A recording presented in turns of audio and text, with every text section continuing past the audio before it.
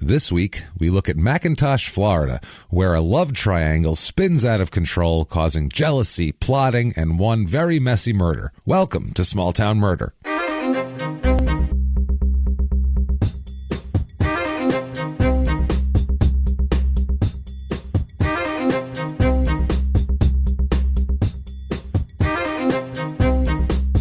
Hello, everybody, and welcome back to Small Town Murder. Yay! Oh, yay indeed, Jimmy. Yay indeed. My name is James Pietragallo. I'm here with my co-host. I am Jimmie Whisman. We got Christmas behind us. Thank you, folks, so much for joining us. Merry Christmas and happy holidays and New Year and every other thing that's around here.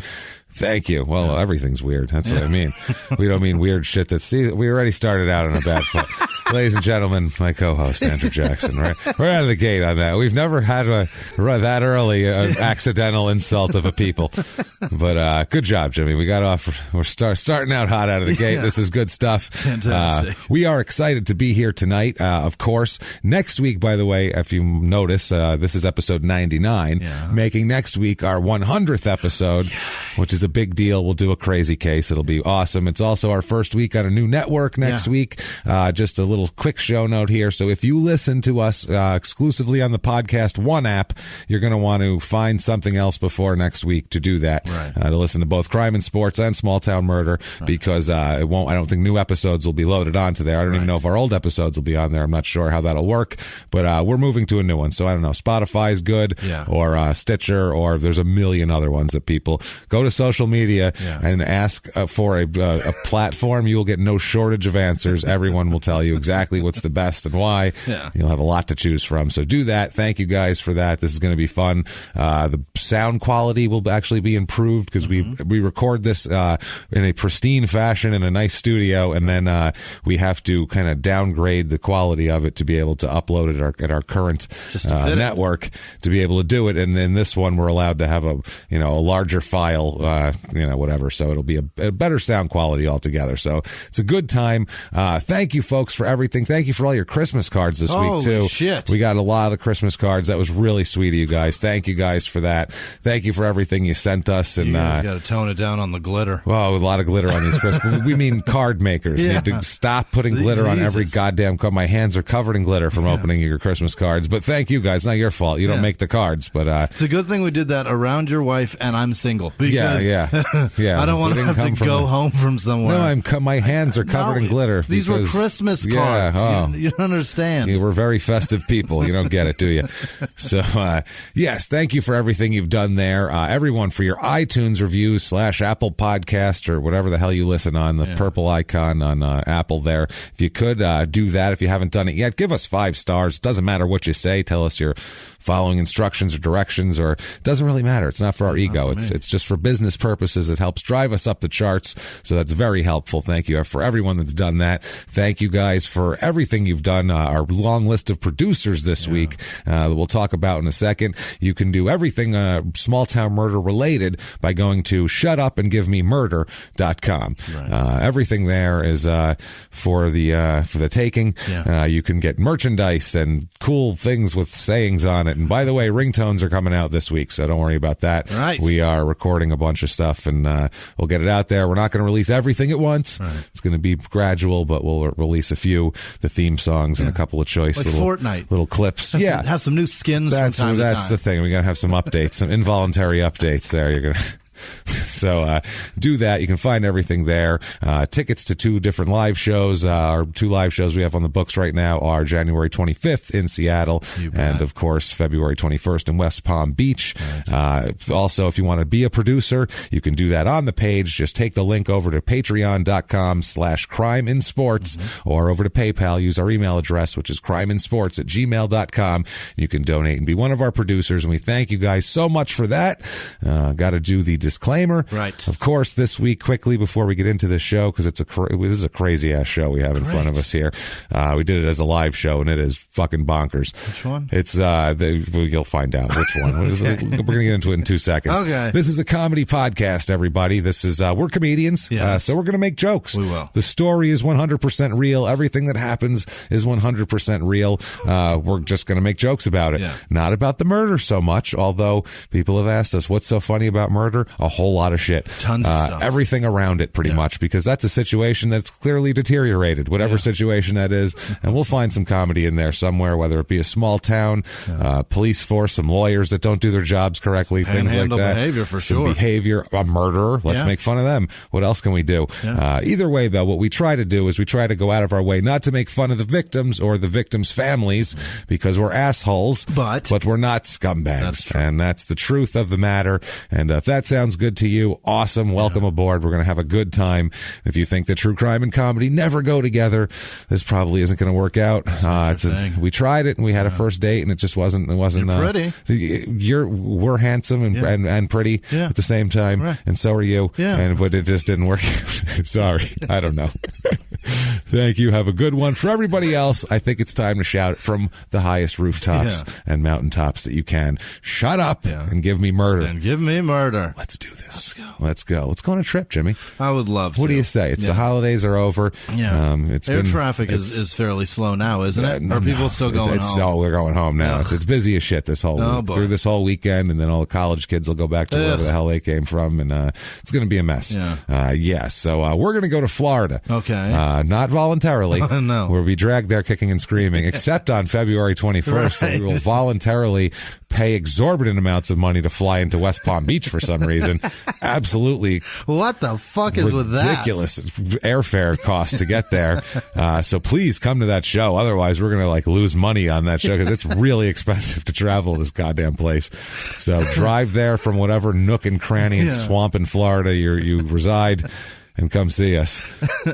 Goddamn Florida. So let's go to Florida. Fantastic. This flight's going to be so expensive. Jesus Christ. Yeah, luckily if this is for the show, Jimmy, right now. Yeah. So, this is an expensive travel too. It is. We're going to McIntosh, Florida. There's no direct flights. No direct flights to McIntosh. You don't even know where McIntosh is. It's terrible. It's in Central Florida, which would be, I'm talking where the panhandle and the peninsula, which I'm sorry, is just a water panhandle. It's all you have there is a water panhandle and a land handle. A land handle and a water panhandle. And where they meet, where the taint of Florida would be, right in the crotch area, is McIntosh, Florida. Right in the middle of two panhandles. That's called a weld. That's a weld, yeah. This is that seam on the ball sack. That's called a weld. Yeah. That's where we're going. That's fascinating to a young man, by the way. When you're a young boy, you're very confused by that. You don't understand how that happened. You wonder if there was an accident at some point. I was this close to asking my mom if I had an operation. And then I was like, hey, Mom. And she was like, yeah. And I was like, never mind. It just makes so much sense. Let's not talk about Jesus Christ. If I did have an operation, I don't want to know about it. Yeah, Everything seems to be operating. Never mind. Never mind. I think it's everything seems to be working. But I'll let you know if that falls apart, because that weld looks like it could. It's not going to hold. That weld could just open up at any moment. What we apprentice could have a problem. Welded me together, because this is definitely not the Jimmy. work of a journeyman. No. Hey, Jimmy, want to play basketball? No. Fuck no. No, my weld's looking weak today. What? You're what? I'm going to lose my nuts. I'm sorry. I can't come. I'm going to go home and play video games instead. I can't come with you. I'm going to stay home and see if I can come by myself. This is not handiwork of a very skilled marksman. This is it's a hell of a way to start out the show. Let's talk about nutsacks for 3 minutes. And the weird seam that runs down the center. We rarely talk about balls of any kind on this show. That's the thing. Anatomy rarely comes up unless it's a scientific way. Yeah. And instead, let's talk about it. And it had to happen. I'm sorry.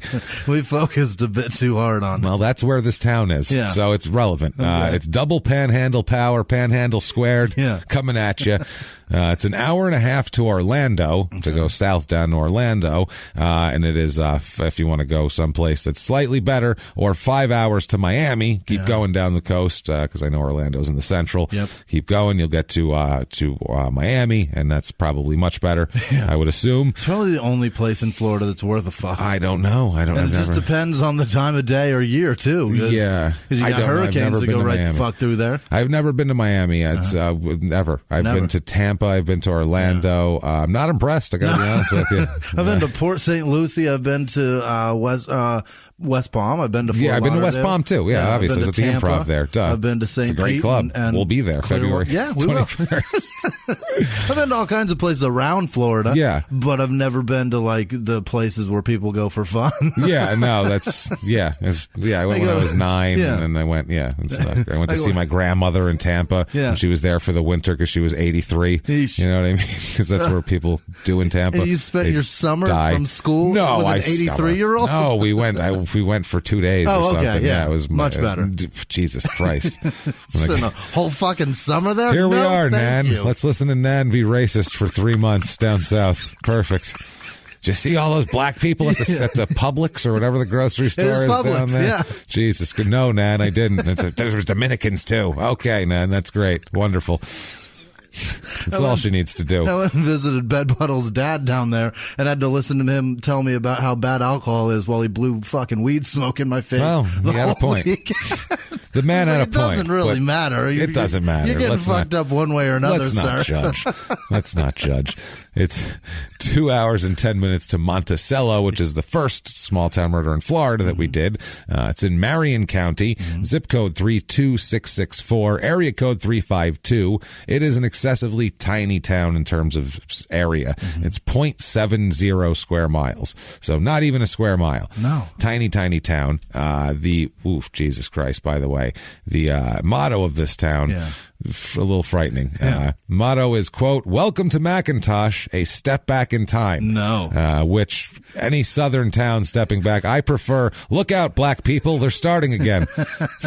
I think that's more accurate. Any minute Watch now. out. Yeah. You're not safe here. They're longing for times gone by.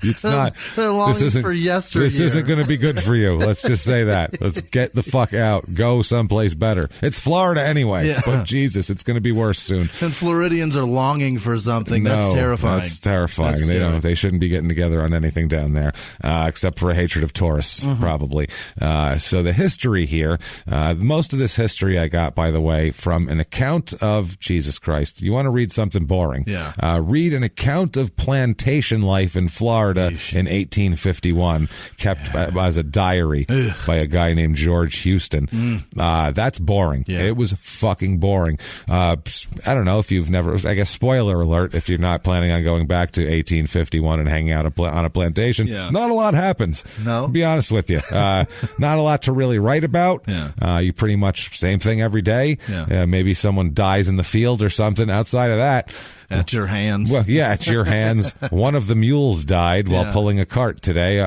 Nothing fucking happens. It's just the wheat grew another inch. There's just nothing you can do. It's insane. The whole area kind of got cooking in 1828, around there, which is ironically the same time that Andrew Jackson was elected president of the United States. So, Jimmie, I love if someone's listening for the first fucking time.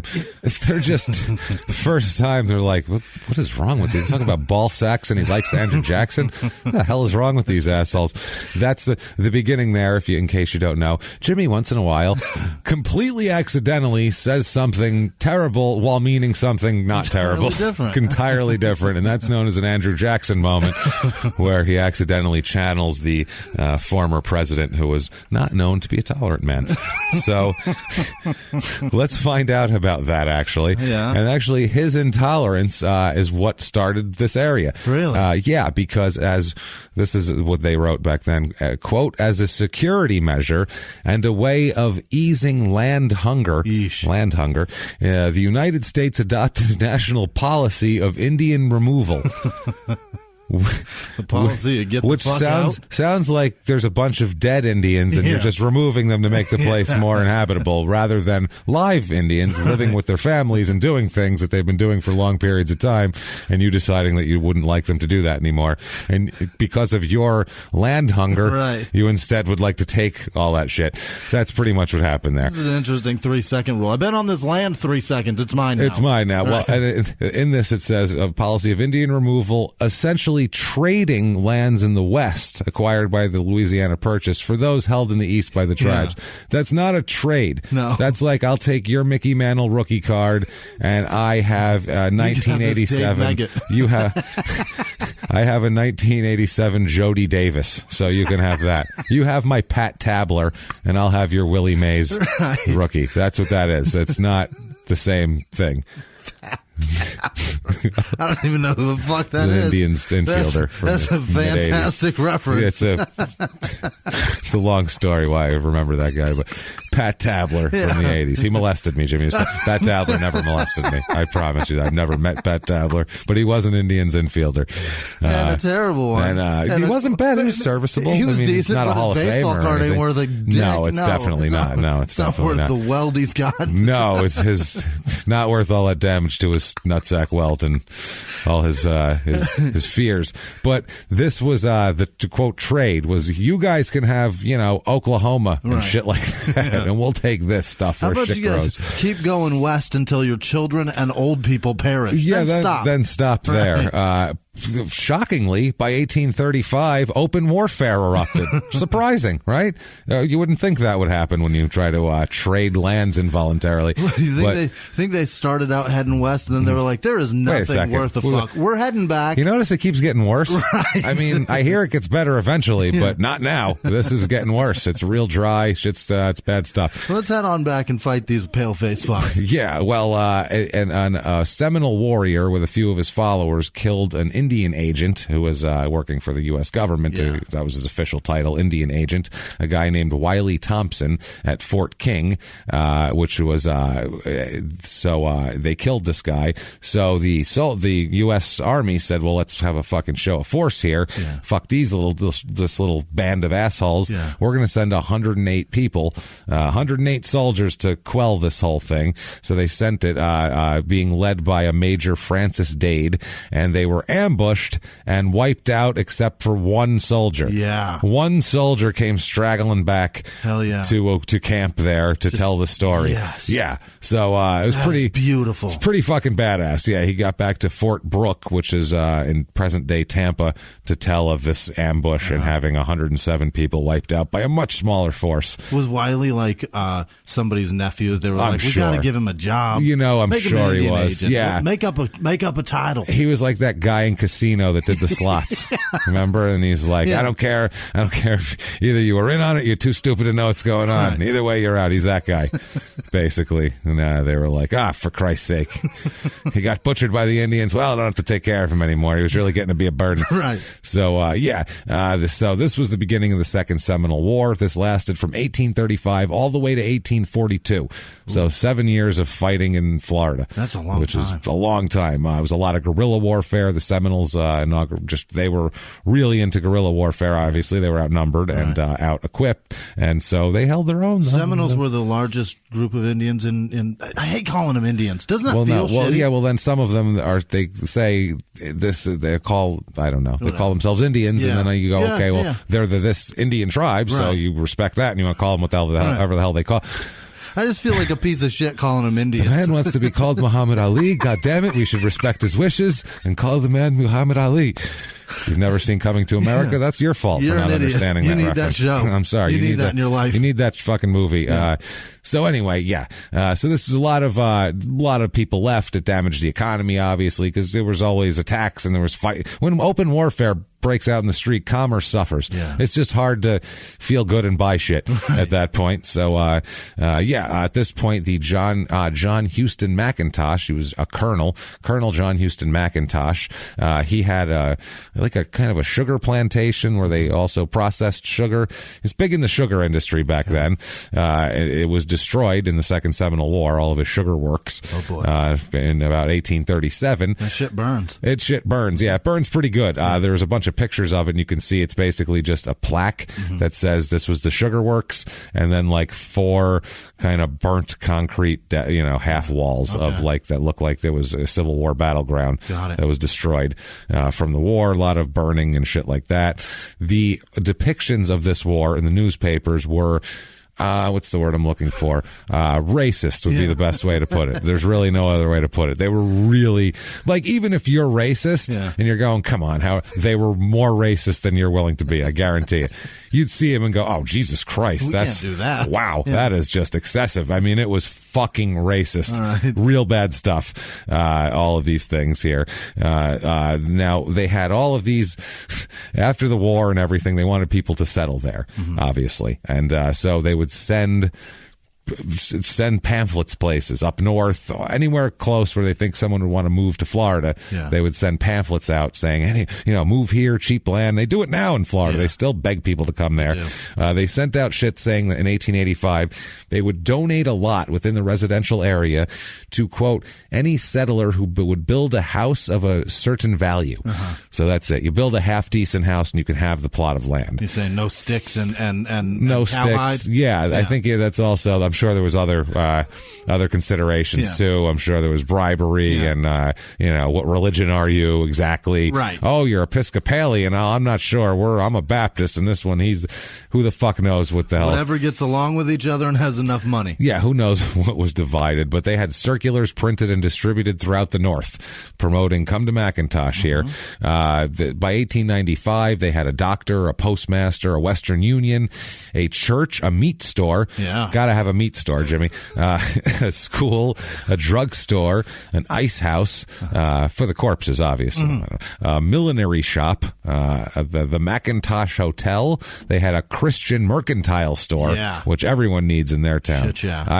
Second we get into town, two things I look for. I look for the dry goods store, like I talked about, and the Christian mercantile. So where can I get my Christian mercantile?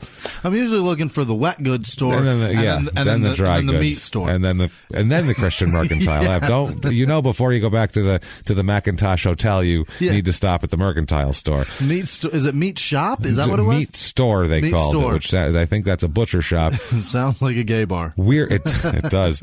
Somehow, though, meat store sounds worse than butcher, which is way worse. Butcher's a verb. Like, that's a meat shop. Store's exactly what it is. It's a fucking store full of meat. The butcher that's a horrible thing. That's a thing a guy does. You call a serial killer, he's the butcher is coming. It's like, that's a scary... It's so fucking weird. They had a Masonic hall because, you gotta have those. Had to have that. The town was incorporated by an act of legislature in 1913, and they built Town Hall, which has not changed since then, and looks like a double wide trailer. Perfect. It's the size of it's the size of like a triple wide trailer, but it's just this like manufactured weird little building. What year was it? 1913. Okay. And they're like, we don't need to improve it. It's fine. It's a goddamn mess. It's super historic, this town. In 0.70 square miles, which is the town, they have 68 sites listed on the National Register of Historic Places. Wow. In 0.7 square miles. So that's pretty much everything in the town is historic, and that's what it is. That's why it's a step back in the past, because it's just nothing's changed since the 30s is what they say, which, like I said, that sounds a little frightening. I'd like to see it, though. You know what I mean? I'd still like to see you have seen the town, actually. I mean, I'd like to visit. No. Oh. You've seen the town in detail, and I'll tell you why in a second here, and the most exciting thing about this town. But resident review of this town, normally I like to find something that's, someone who hates the town, because that's more fun. It's a blast. Everybody likes this town that reviews it. It seems like just the town council reviews the town, because this I found the most positive one and the most full of shit one that somebody on the take wrote here. It is. It's very full of shit. Okay. You'll see what I mean. Quote, McIntosh is straight off a Hallmark card. Love my town and the memories I've made here. Stop by and relish in the coziness. Who speaks like... No, Nobody. People don't speak like that. And then the closer, every face is familiar and inviting. No, that's that. You hired a marketing company to write that. Is exactly what you did. You said, come up with a slogan, a step back in time, work on our reviews on all the websites, really fucking spruce us up, guys. That's what they did. 5 stars, obviously. 1991, why I said you've seen it is because McIntosh hosted, this is exciting because we've talked about it a lot, hosted the filming of the movie Doc Hollywood. Oh, shit. So you've seen this town. That town of Grady, Missouri, was it, or whatever? in the movie. Is that what it was? Grady something. They tried to say Missouri? Who the fuck knows? It was Grady something, but it's actually this town.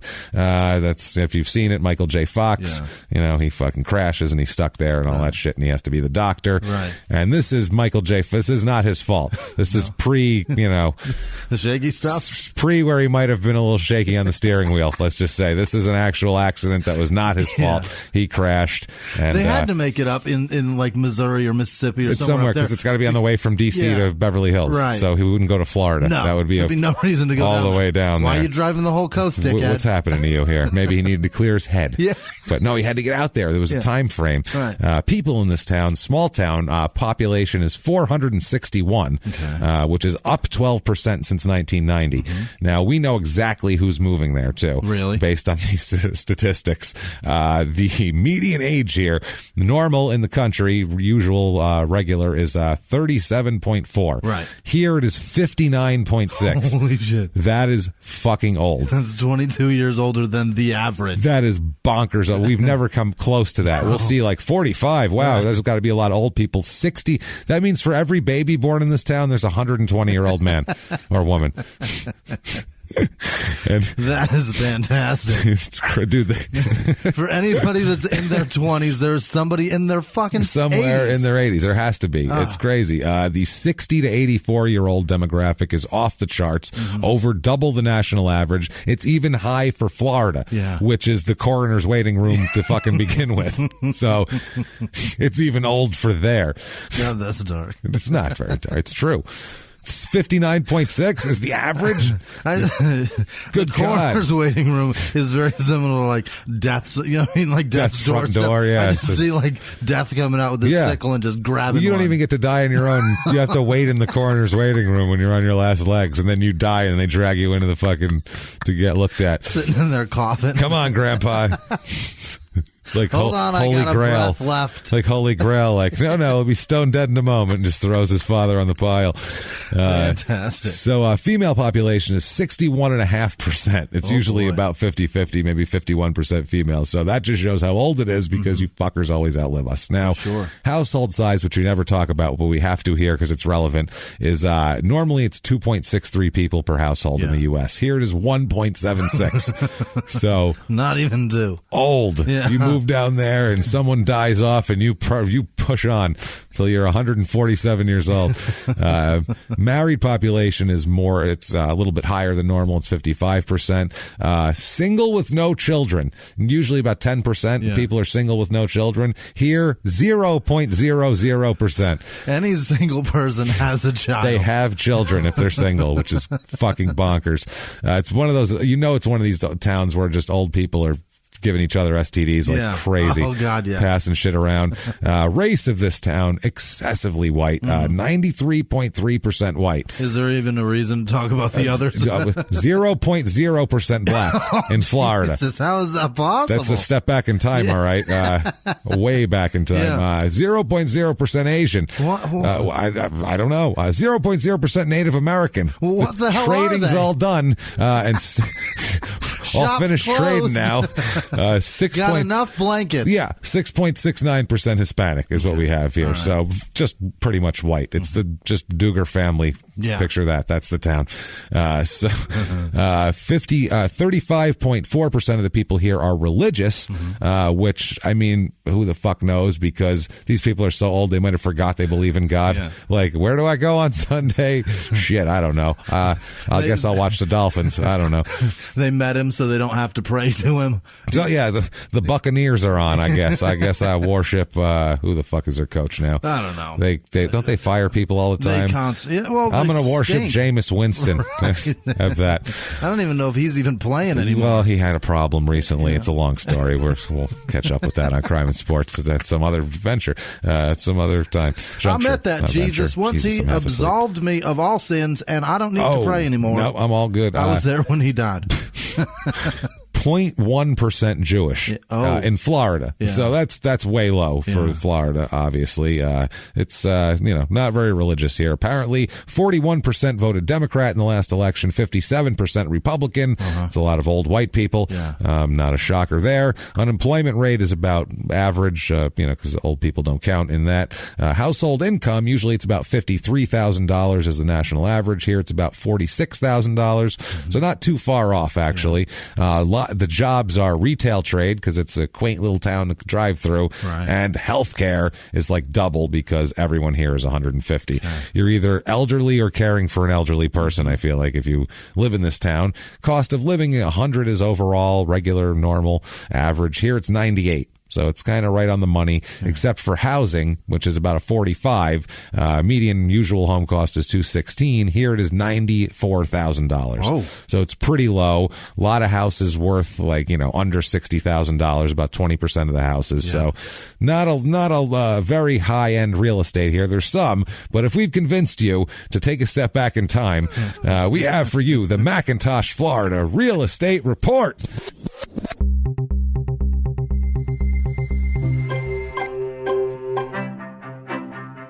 Your average 2-bedroom rental here is about $1,020, which is high considering how low the actual house costs are. Right. I found one house here. It's a 3-bedroom, 1-bath, 800 square feet. It's kind of lifted up off the ground. I don't know, so the fucking gators can run underneath and not into your living room. I have no idea what the reasoning for that is. Crossings. It's a gator crossing we got underneath there. It's a breezeway for the gators. It's $65,000 though for this house. I also found a 2-bedroom, 1-bath, 1,040 square feet. It's a little bit better. Yeah. I mean, it's not horrible, but it still needs some work. $135,000. 2-bedroom, 1-bath. Yeah, it's a weird thing here. And then I found this place here. You want to stretch out a little bit. 4-bedroom, 3-bath. It's on 10 acres of Florida. So how many deadly animals and insects and everything else you own is insane. That's a lot of swamp that you have. It's 2,961 square feet. It's a big house too. $439,000. For this little slice of Florida. Steep. It seems a little steep. It's a lot of Florida to own here. Things to do. We have the Friends of McIntosh, which is a benevolent nonprofit organization, which basically they say they encourage friendship, community spirit, and understanding among people of all ages in McIntosh. This is like the 100-year-olds to try to, I don't know, just integrate them with the rest of the population. That is a positive word that sounds like an insult. Benevolent? Yeah, it really does. That sounds really vicious. Yeah, I'm benevolent toward you. If someone said that angry, you'd be like, well, shit, sorry, what'd I do to you? It sounds like a word that goes right in front of cantankerous. It's you benevolent cantankerous son of a bitch. I'll tell you what. So, in October, there's also an 1890s arts and crafts and antiques festival there, which, sounds wonderful. Holy hell. Anything antique, I'm out. 1890 style, I like seeing the shit when it's like in somebody's house I know. That's like, cool. That's an antique clock.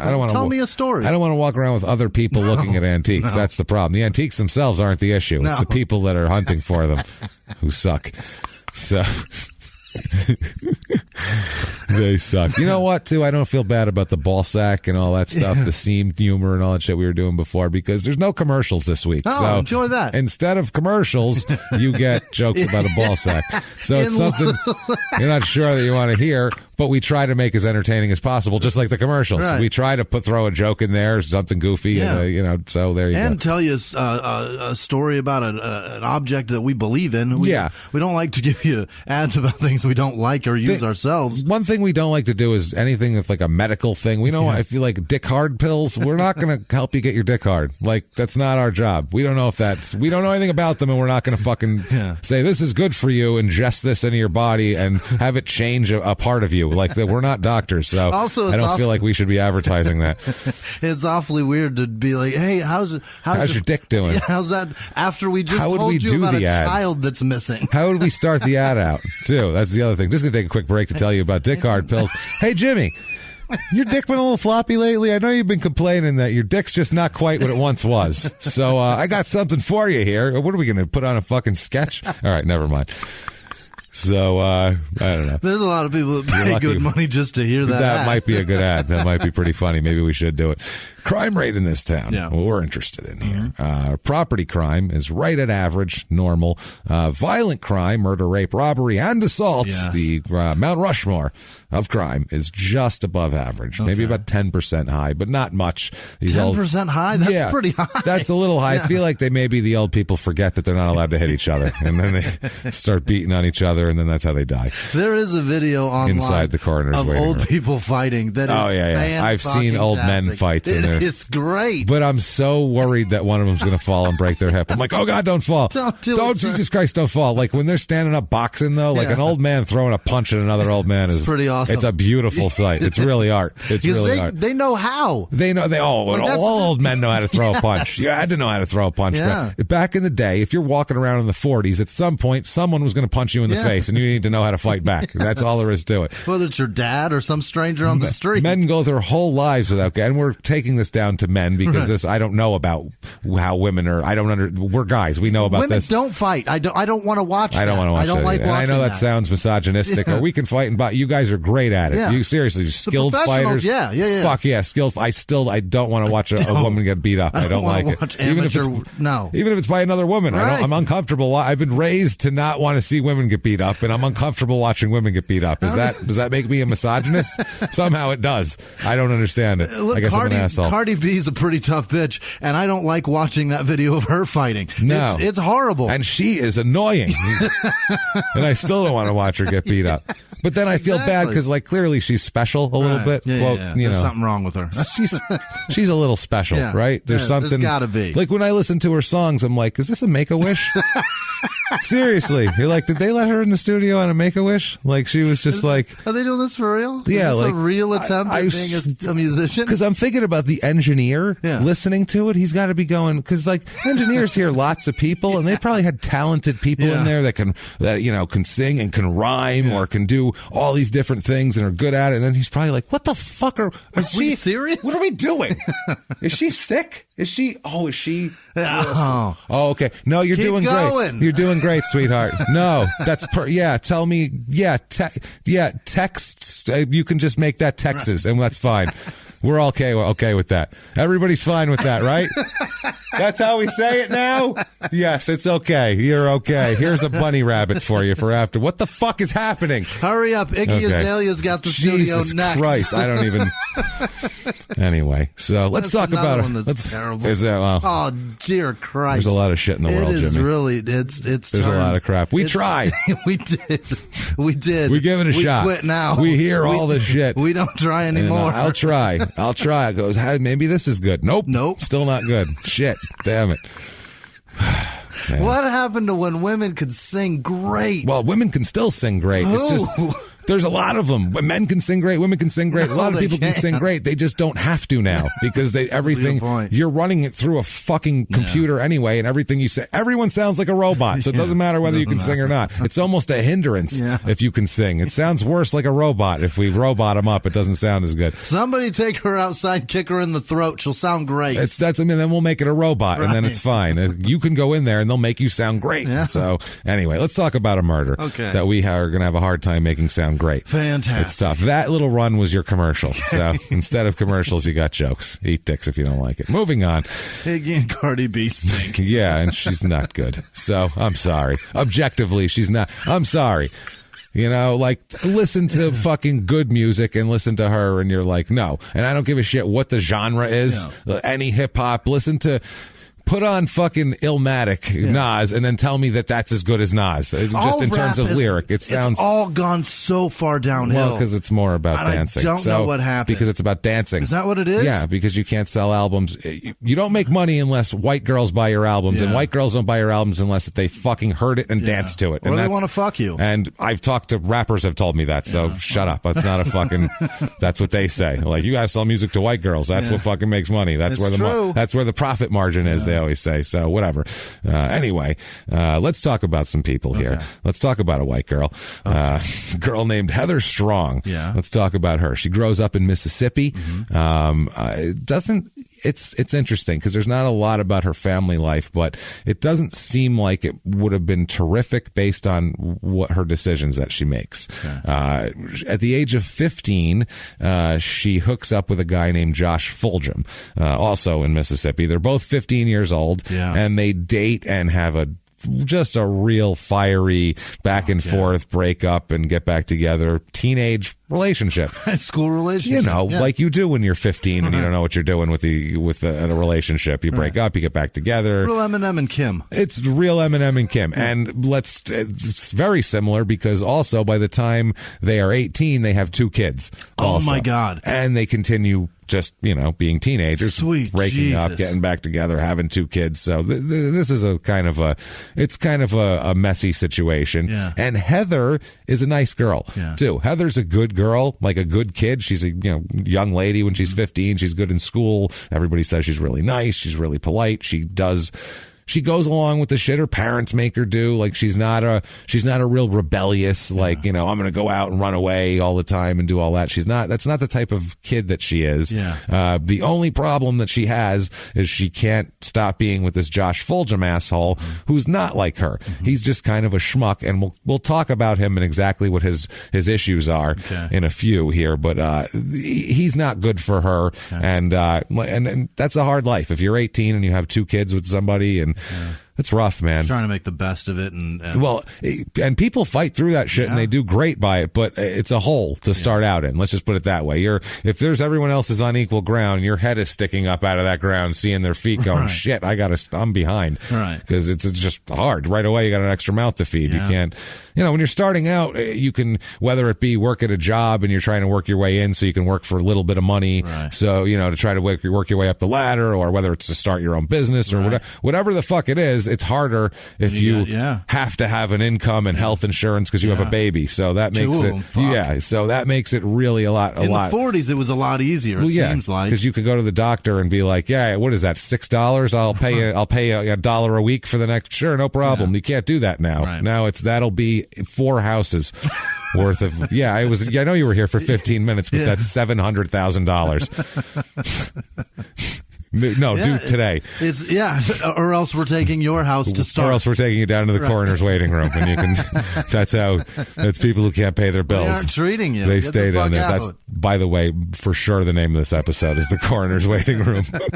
There's no doubt about that whatsoever. But these two, they're together, and they're trying their best. Yeah. By their early 20s, they say they want to make a break from Mississippi. Try to start over. And you know what? Maybe they feel like this is 2003. Maybe they feel like a fresh start is what they need, because it's familiar surroundings, and who knows if they've broken up, got back together, and they were teenagers that have had kids. I'm sure there's family bickering, and absolutely, this one doesn't like this one, and they fight, and I don't like this Somebody's boy. Parents blame the other kid. Exactly. Yeah. So whenever there's a mess, it's somebody's fault in everybody's mind. So, and Heather's kind of the nice one, so they're all looking at Josh, and this is probably Josh's idea, put it that way. Okay. So, however this goes, they end up saying, we're making a break, we're getting the hell out of Mississippi, we're going to go somewhere. Let me ask you something, Heather. You ever seen Doc Hollywood? Have you ever seen Doc Hollywood? Now, hold on. Hear me out. No, I know it wasn't Michael J. Fox's fault. Right. What? No, it ain't his fault. We got 2 kids. I know a place where you can pay medical bills in pigs. And pigs, they don't mind. The mayor dresses up like a squash, and girls pee in the woods to keep the hunters away. It's fantastic. They treat tummy aches in Coca-Cola. You're going to like it. I'm telling you right now. You're going to go, and you can just walk in and go, I'm feeling sick. Here's my pig, and then they'll just take it. And they give you a Coca-Cola, and you're on your way. Next time you get pregnant, pig and a Coke, and have that baby like nobody's business. Don't mess around with all these. It's a pig and a Coke. That is a hell of a medication. Not messing around. None of this bills, and you got to fill out insurance forms, and oh my God, no way. Trade your pig for a Coke. Here's my pig, and I get a Coke with that medical treatment. Man, this is a good ass day right here. Exchange rate right here. I got a medical treatment. He gonna pull the baby out and everything for a pig, and he gonna throw Coke in. The Coke's for me. You just sit there and push that baby out. It's all good. So we could split it. All right, fine. You can have a sip if you want. I know you're probably thirsty. All sorts of things coming out you down that side, but I'm thirsty too. Suck your spit off the rim. Yeah, you can do That's that. Come on, pick that up now. So they moved to Marion County, Florida, which is the county we're in here. Moved to the McIntosh area. The actual site of what ends up happening is just outside of town, but it's in like an unincorporated area that's not whatever, but it's based around this town, and this is the main area that everybody's around for anyway. So while they're in Florida, they moved there in 2003. Shocker, it doesn't solve all their problems. No. Just like everything that people try to just immediately solve a problem. It's still the same people involved. Yeah. You know what we'll do? No. We're going to go on a vacation. Right. 1 week. We're going to go to Hawaii. We're going to get back. Everything's going to be better and different. Same people. Same people. Now you fucked on the beach more. That's it. You fucked while you heard the ocean, and then you went back and fought more. Right. That's the only difference. That's exactly what happened. We're going to have a baby. It's going to be nope. You know what that is? More stress now. Right. So you have to be to have a baby. Your relationship should be so good it can take a huge hit. Right. That's where you should be. You should be at the point where you're like, I love you so much. If you sucked 5 guys' dicks, I wouldn't mind. That's the level of stress that the baby's going to cause. One baby equals 5 dick sucks in terms of relationship stress. I feel like that's the formula. Sweet Christ. Based on small town I've never been in a good relationship ever. Oh, that's fucking funny. Because I would have murdered all of them for it. Yeah, see, that's what happens. That's what happens, man. Not just them. I'll murder those 5 dicks too. God damn it, everybody's going down. Well, that's kind of what happens here. Okay. This is a mess, Jimmie. Okay. Now, in 2008, so they last 5 years in Florida of the same shit. Fighting, breaking up, getting back together. Now with 2 kids, not living near their, his family lives in this area. Okay. Hers lives in Mississippi.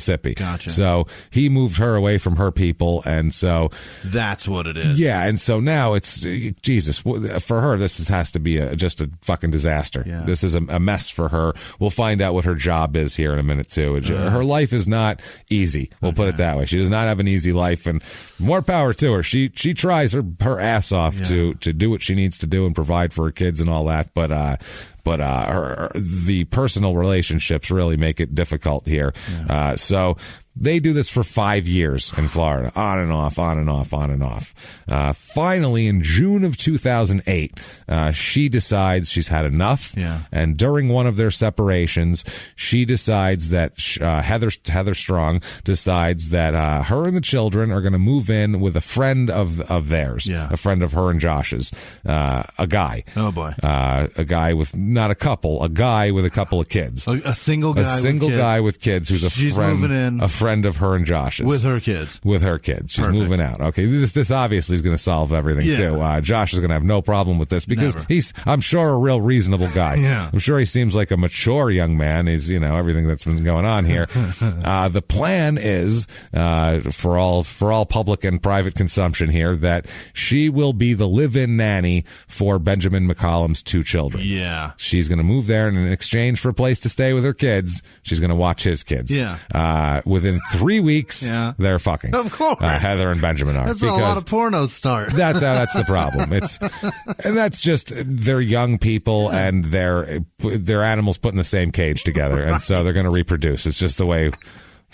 That's how they get animals in the wild to reproduce. It's just humans. It's humans. We're animals. That's just what happens. They put them together. This is what ends up happening. Plus, I mean, Jesus, she's been in this terrible relationship since she was 15 fucking years old. If this guy's not a complete douchebag, she's probably like, thank Jesus, somebody else other than took your shoes off before you came in the living room. For the love of before you laid down in bed, never mind came in the living room. This is what I mean. Like the plus for her, I mean, imagine being in the same. She's in her fucking 20s. Yeah. Imagine for 10 years you've been in the same goddamn relationship with this fucking loser. Right. Good God. So this guy came home from a hard day's work. Benjamin is he's a hardworking guy. He has an auto shop that he owns and stuff. And he has like. Shit together. He's got his shit together, sort of. I mean, more than Josh does by far. So, and for him, I don't know. He's a single guy. Yeah. She moves in with her 2 kids. It's, what the hell? He probably likes her. Yeah. Heather's a nice looking woman too. She's nice. She's she's pretty by all accounts. She's smart. She's, sweet. There's nothing wrong with her. Yeah. She's a nice person. Yeah. So what the hell here? So they get together. Josh Fulgham, shockingly, not okay with this. No. He doesn't like the arrangement. No. He doesn't even know they're fucking. He doesn't even like the nanny arrangement. Never mind. He assumes. He's got an inkling. Because if it was him, he'd be fucking. And we know this. And this is what's funny, too, because he's upset. And this is what I don't get. He's upset that she moved out. They're having problems. Yeah. He's upset she moved out and is now living with somebody else, even though he is also having an affair with somebody else. Oh, for Pete's we'll call it, they're not married or whatever. I don't know. I think an affair is a little too highbrow for this situation. He's fucking around with somebody else. Okay. And by the way, he has impregnated this other person. So he's got a pregnant side chick, and he's mad at his... You can't do that. At his ex-girlfriend for living with someone in a, for all public knowledge... relationship. Not for all public, not a non-sexual relationship is what a platonic relationship for all to digest. He doesn't like that because obviously he's got something going on, so he feels... He knows. What is that? I've asked. Whenever people, a lot of times when people are super jealous, it's because they're fucking around and because they know they know the thought process, I would assume. I mean. Or they're just, do they feel like that? I don't even know what that is. People who are liars and scammers, are afraid people are lying and scamming them all the time because they're thinking they're always lying and scamming people. Okay. It's one of those things. They don't want to be duped. Yeah. Nice people generally aren't like, on constant thinking everyone's trying to scam them because they don't think that way because they're not trying to scam people. Yeah. That's kind of just how it works. I just don't get it. I don't understand being mad at somebody when you're doing the same. When that's you're doing way insane. Worse. That's what's insane. You've already knocked. Right. You would think he'd go, shit, cool. Now I don't have to explain to Heather how I knocked another girl up. Exactly. This is perfect. Yeah. Fucking. A good deal. Done deal. I don't have, because that was going to be a tough fucking conversation. Oh, by the way, I know we've been having problems and all. Have you met Amelia? And that's mine. So let's get together. It's not regular beer. That's a baby. That's a baby. Yeah. And it's Amelia Carr is her name, the woman he is having an affair with and has impregnated. She is there's 3 kids in her family. She's the middle child, all girls. So definite Jan Brady situation going on here. She's very smart. Yeah. She's very intelligent. Her psychologist says her IQ is about 125. Okay. So that's well above average. At the age of 15, she has a rough childhood. We'll talk about her family because when we say rough childhood, we think like, usual abuses and things like that. This is next level right here in terms of what this would do to a person's psychology. And it's one of those things like we just talked about when you're scamming someone, you think whatever. If you have experience with that, then you're on a high alert. Yeah. So we'll talk about what her personality turns into this because of this. But at the age of 15, she reports to her school that she has been abused by her father. Okay, which is not her fault, obviously. Right. She, within a couple days, withdraws her statements and says that she made everything up. Okay. Within a couple days. Okay, so we don't know whether she did make it up or maybe she was then scared by her parents into retracting it. We have no idea how that, and we can't judge that. We just don't know. That's terrible. It's a terrible accusation. We hope it's not true. Right. Obviously, I hope nobody's. We don't want anybody. It's true. I don't want that either. That's what I mean. Horrible. That's what I mean. The whole thing is either way, it's not great. If she made it up, why? And if not, then holy shit, poor girl. So.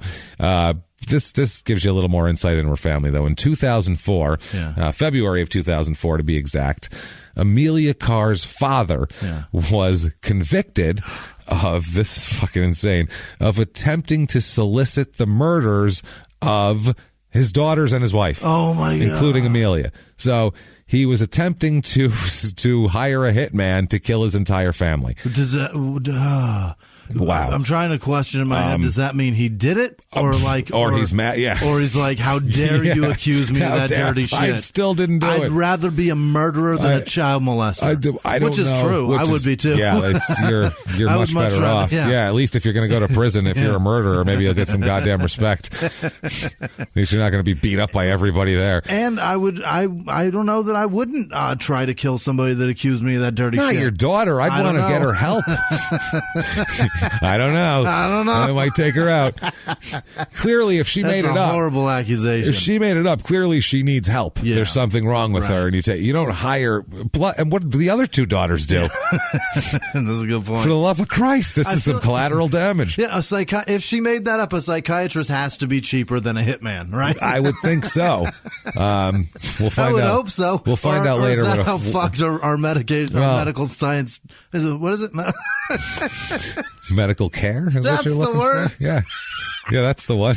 Medical science? What am I doing? I don't know. You're out of your mind. leaks. Oh, my God. So he's convicted of attempting to solicit the murders of his entire family. So he is sentenced to prison for this, which you would think you'd get a lot for. Yeah. You tried to kill 3 children and your wife. That seems like throw for that. You would think so. He gets sentenced to 4 years in prison, which is almost worth it. Yeah. That's almost like if you want someone dead bad enough. That's almost worth hold on a second. So if it works, they're dead, and that's what I want. And if it doesn't work, worst case scenario, 4 years in prison? I don't know. That's kind of shit. Florida, you're a nutty fucking place. almost worth stepping up and taking a swing at that one. You know what I mean? Well, fuck it. I might not be able to hit it over the wall, but what's the worst that could happen? I think I could do 4 years standing on my head. That's what I mean. That'd be like, the halftime shot at a basketball game for $1 million. And if you miss, you owe them $20. But if you get it, it's $1 million. You're all set. Now, shockingly, Amelia has some relationship troubles. Yeah. And good God, if your father maybe abused you and definitely tried to have you killed, you might be an untrusting. You are not even untrusting. You might have some relationship issues, not of your fault. I would say at that point. She's married twice already by her early 20s, and also we'll find out by the time she meets Josh, she already has 3 children. Holy shit. 3 children, 24 years old, 3 children, and another one on the way, and they're all with different people, including Josh. And it's just she's had a lot of relationships, and a lot of them are violent and fiery. Because who knows? Like I said, her background, this girl never had a chance with that as her father. And how old is Josh at this point? He's 27, I think. In 2004, when this is going on, he was younger. He was like 23, I want to say. 3 kids now. He's got a third on the way by 2008. So he's in his mid-20s, but he's got a third on the way. But it's obviously he can't afford any, which is another issue. Yeah. He's not exactly living in the lap of luxury and providing for these kids. Gainfully employed. No, well, we'll find out, like I said, where Heather works, and it's crazy. Amelia has already been married twice. Yeah. One of her relationships ended when she filed a restraining order against one of her husbands for domestic violence, which, again, that sucks. Then she had some trouble with the law. Yeah. Some very Florida trouble with the law. Yeah. This is a Florida crime right here. This doesn't happen in Cleveland. No. I doubt this is ever. I would love if anyone out there works for the Cleveland Police Department and you have access to records and you can check stuff out. See if this has ever been prosecuted in the city of Cleveland, as opposed to probably happens twice a week in Florida. This is fucking insane. She is charged for her involvement in her ex-husband's scheme of grand theft of exotic birds. What? They live in a town that is 0.7 square miles. Grand theft of exotic birds. How many can possibly exist? What birds were they trained? Yeah, they trained to say the N-word. I'm going to steal me a meth falcon. You just send him out, he gets meth and brings it on back to you. I'll tell you what, boy, it's something else. Drops it. The code word is the N-word. Code word. You heard that squawking? He knows that. Meth's coming. He gives it back. You hear that? You hear a bird say the N-word, you just hold your hands out. He's going to drop a sack of meth right in your hand, boy. That's how you know. Meth falcon. Meth falcon. I don't know. What else would you steal? They're very green. That's the thing. It's a meth falcon. It's Jesus Christ. It's tropical. It's very tropical down there. It's very beautiful. Orange beaks and shit. It's fucking some Fruit Loop shit going on. She, at this point, she is charged and put through the court system and is sentenced to 2 years of probation. Wow. So between theft of a meth falcon and trying to kill your whole family, there's really not that much of a difference. 2 years probation, 4 years in the joint. He probably did 2.5 and got out. I mean, Jesus Christ, this is not much difference. Are there stipulations on that probation? Like you got to stay 50 feet away from any exotic bird stores. No bird stores. No going to the zoo. Right. You're not allowed at the zoo for at least 5 years. You have to go register at all the zoos so they know you're there. Jesus Christ! Can't even watch cartoons with birds in it. No. If a commercial for Fruit Loops comes on, you got to change the channel. You got to change the fucking channel. I don't care if they got a new flavor. Fuck that. Or new color, they're all taste the same, but I still won't eat the blue ones. It doesn't matter. This is a mess, obviously. Okay. So yeah, she, she's had a very Florida life. Yeah. Husbands and father trying to kill her, and exotic theft of exotic birds. It's been very Florida for this poor young lady. And now she's got 3 kids, and she's a bunch of them. One of the kids that she has is with an ex-boyfriend. One with each husband, and one with this ex-boyfriend that we're going to talk about, and then the other one with Josh Fulgham, who is Heather Strong's ex. What the fuck? It's a lot. It's a lot, and we'll talk about it. It's a lot to sort out. We're gonna call her 3 kids and 3 kid meth falcon. So 3 kid meth falcon is Amelia Carr here. 3 kid meth falcon. One of her kids is with an ex-boyfriend named Jamie Akome, and we'll talk about him because he weaves his way into this whole thing like a virus as well. Wow. So June 2008 is when Heather Strong moved out with the kids to be the live-in nanny for Benjamin McCollum. Right. We talked about that. Okay, that's before. Now, so that is Heather Strong, the one from Mississippi who does not have 3 kids and does not have a exotic bird thing. She has 2 kids and did not try to steal a meth falcon. Okay. Now, June 2008 is when she moved out. By the way, when she moved in with Benjamin McCollum, you know that Josh had a problem with it because he stalked and harassed them for 6 straight months up until November. He stalks and harasses them repeatedly, threatening them both with a gun, by the way, too. This isn't just like calling them up being like, you're an asshole. This is like they come out of the grocery store and he's there with a gun talking shit to them. What the fuck? He's a crazy person, this fucking Josh Fulgham. This whole time, by the way, he's got a pregnant girlfriend. Yeah. So what are you doing? What the shit? You got a life going, man. Just go do you. Go do you. Get paid in pigs and move the fuck on, man. The hell, bro. So November 2008, this is, 5 months and change after Heather moved in with Benjamin. Josh Fulgham, who's been stalking them for 6 months, even though he has 3 kid meth falcon there on the side, who is pregnant.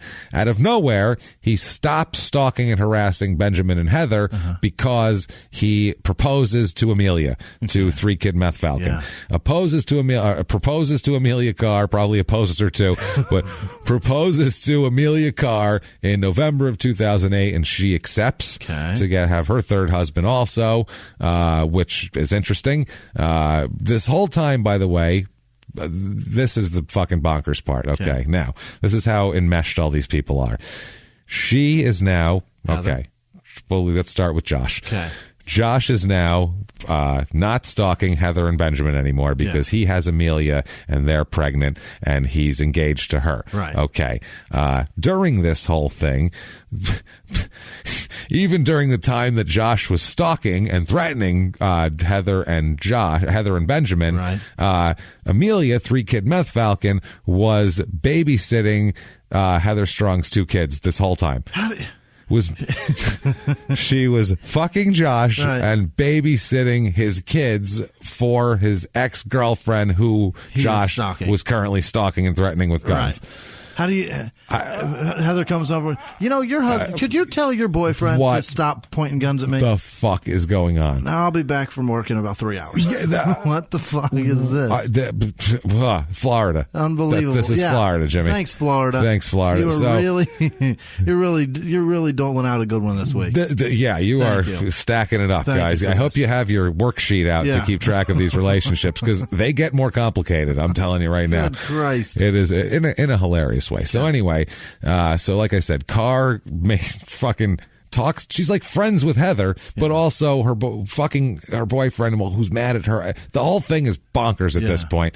Now, according to all their friends, everyone that knows them, Heather Strong was very happy with Benjamin McCollum. Sure. Was happy with their new life. They're together for, months now. Yeah. Things are going well. This guy has, gainfully employed, and everything is going well. This is kind of what she wanted, okay? So, December 26th, 2008. This is the day after Christmas, obviously. This is like today. Yeah. Exactly 10 years ago today. Over the ceiling. What's today's day? 10 years ago, recording right now.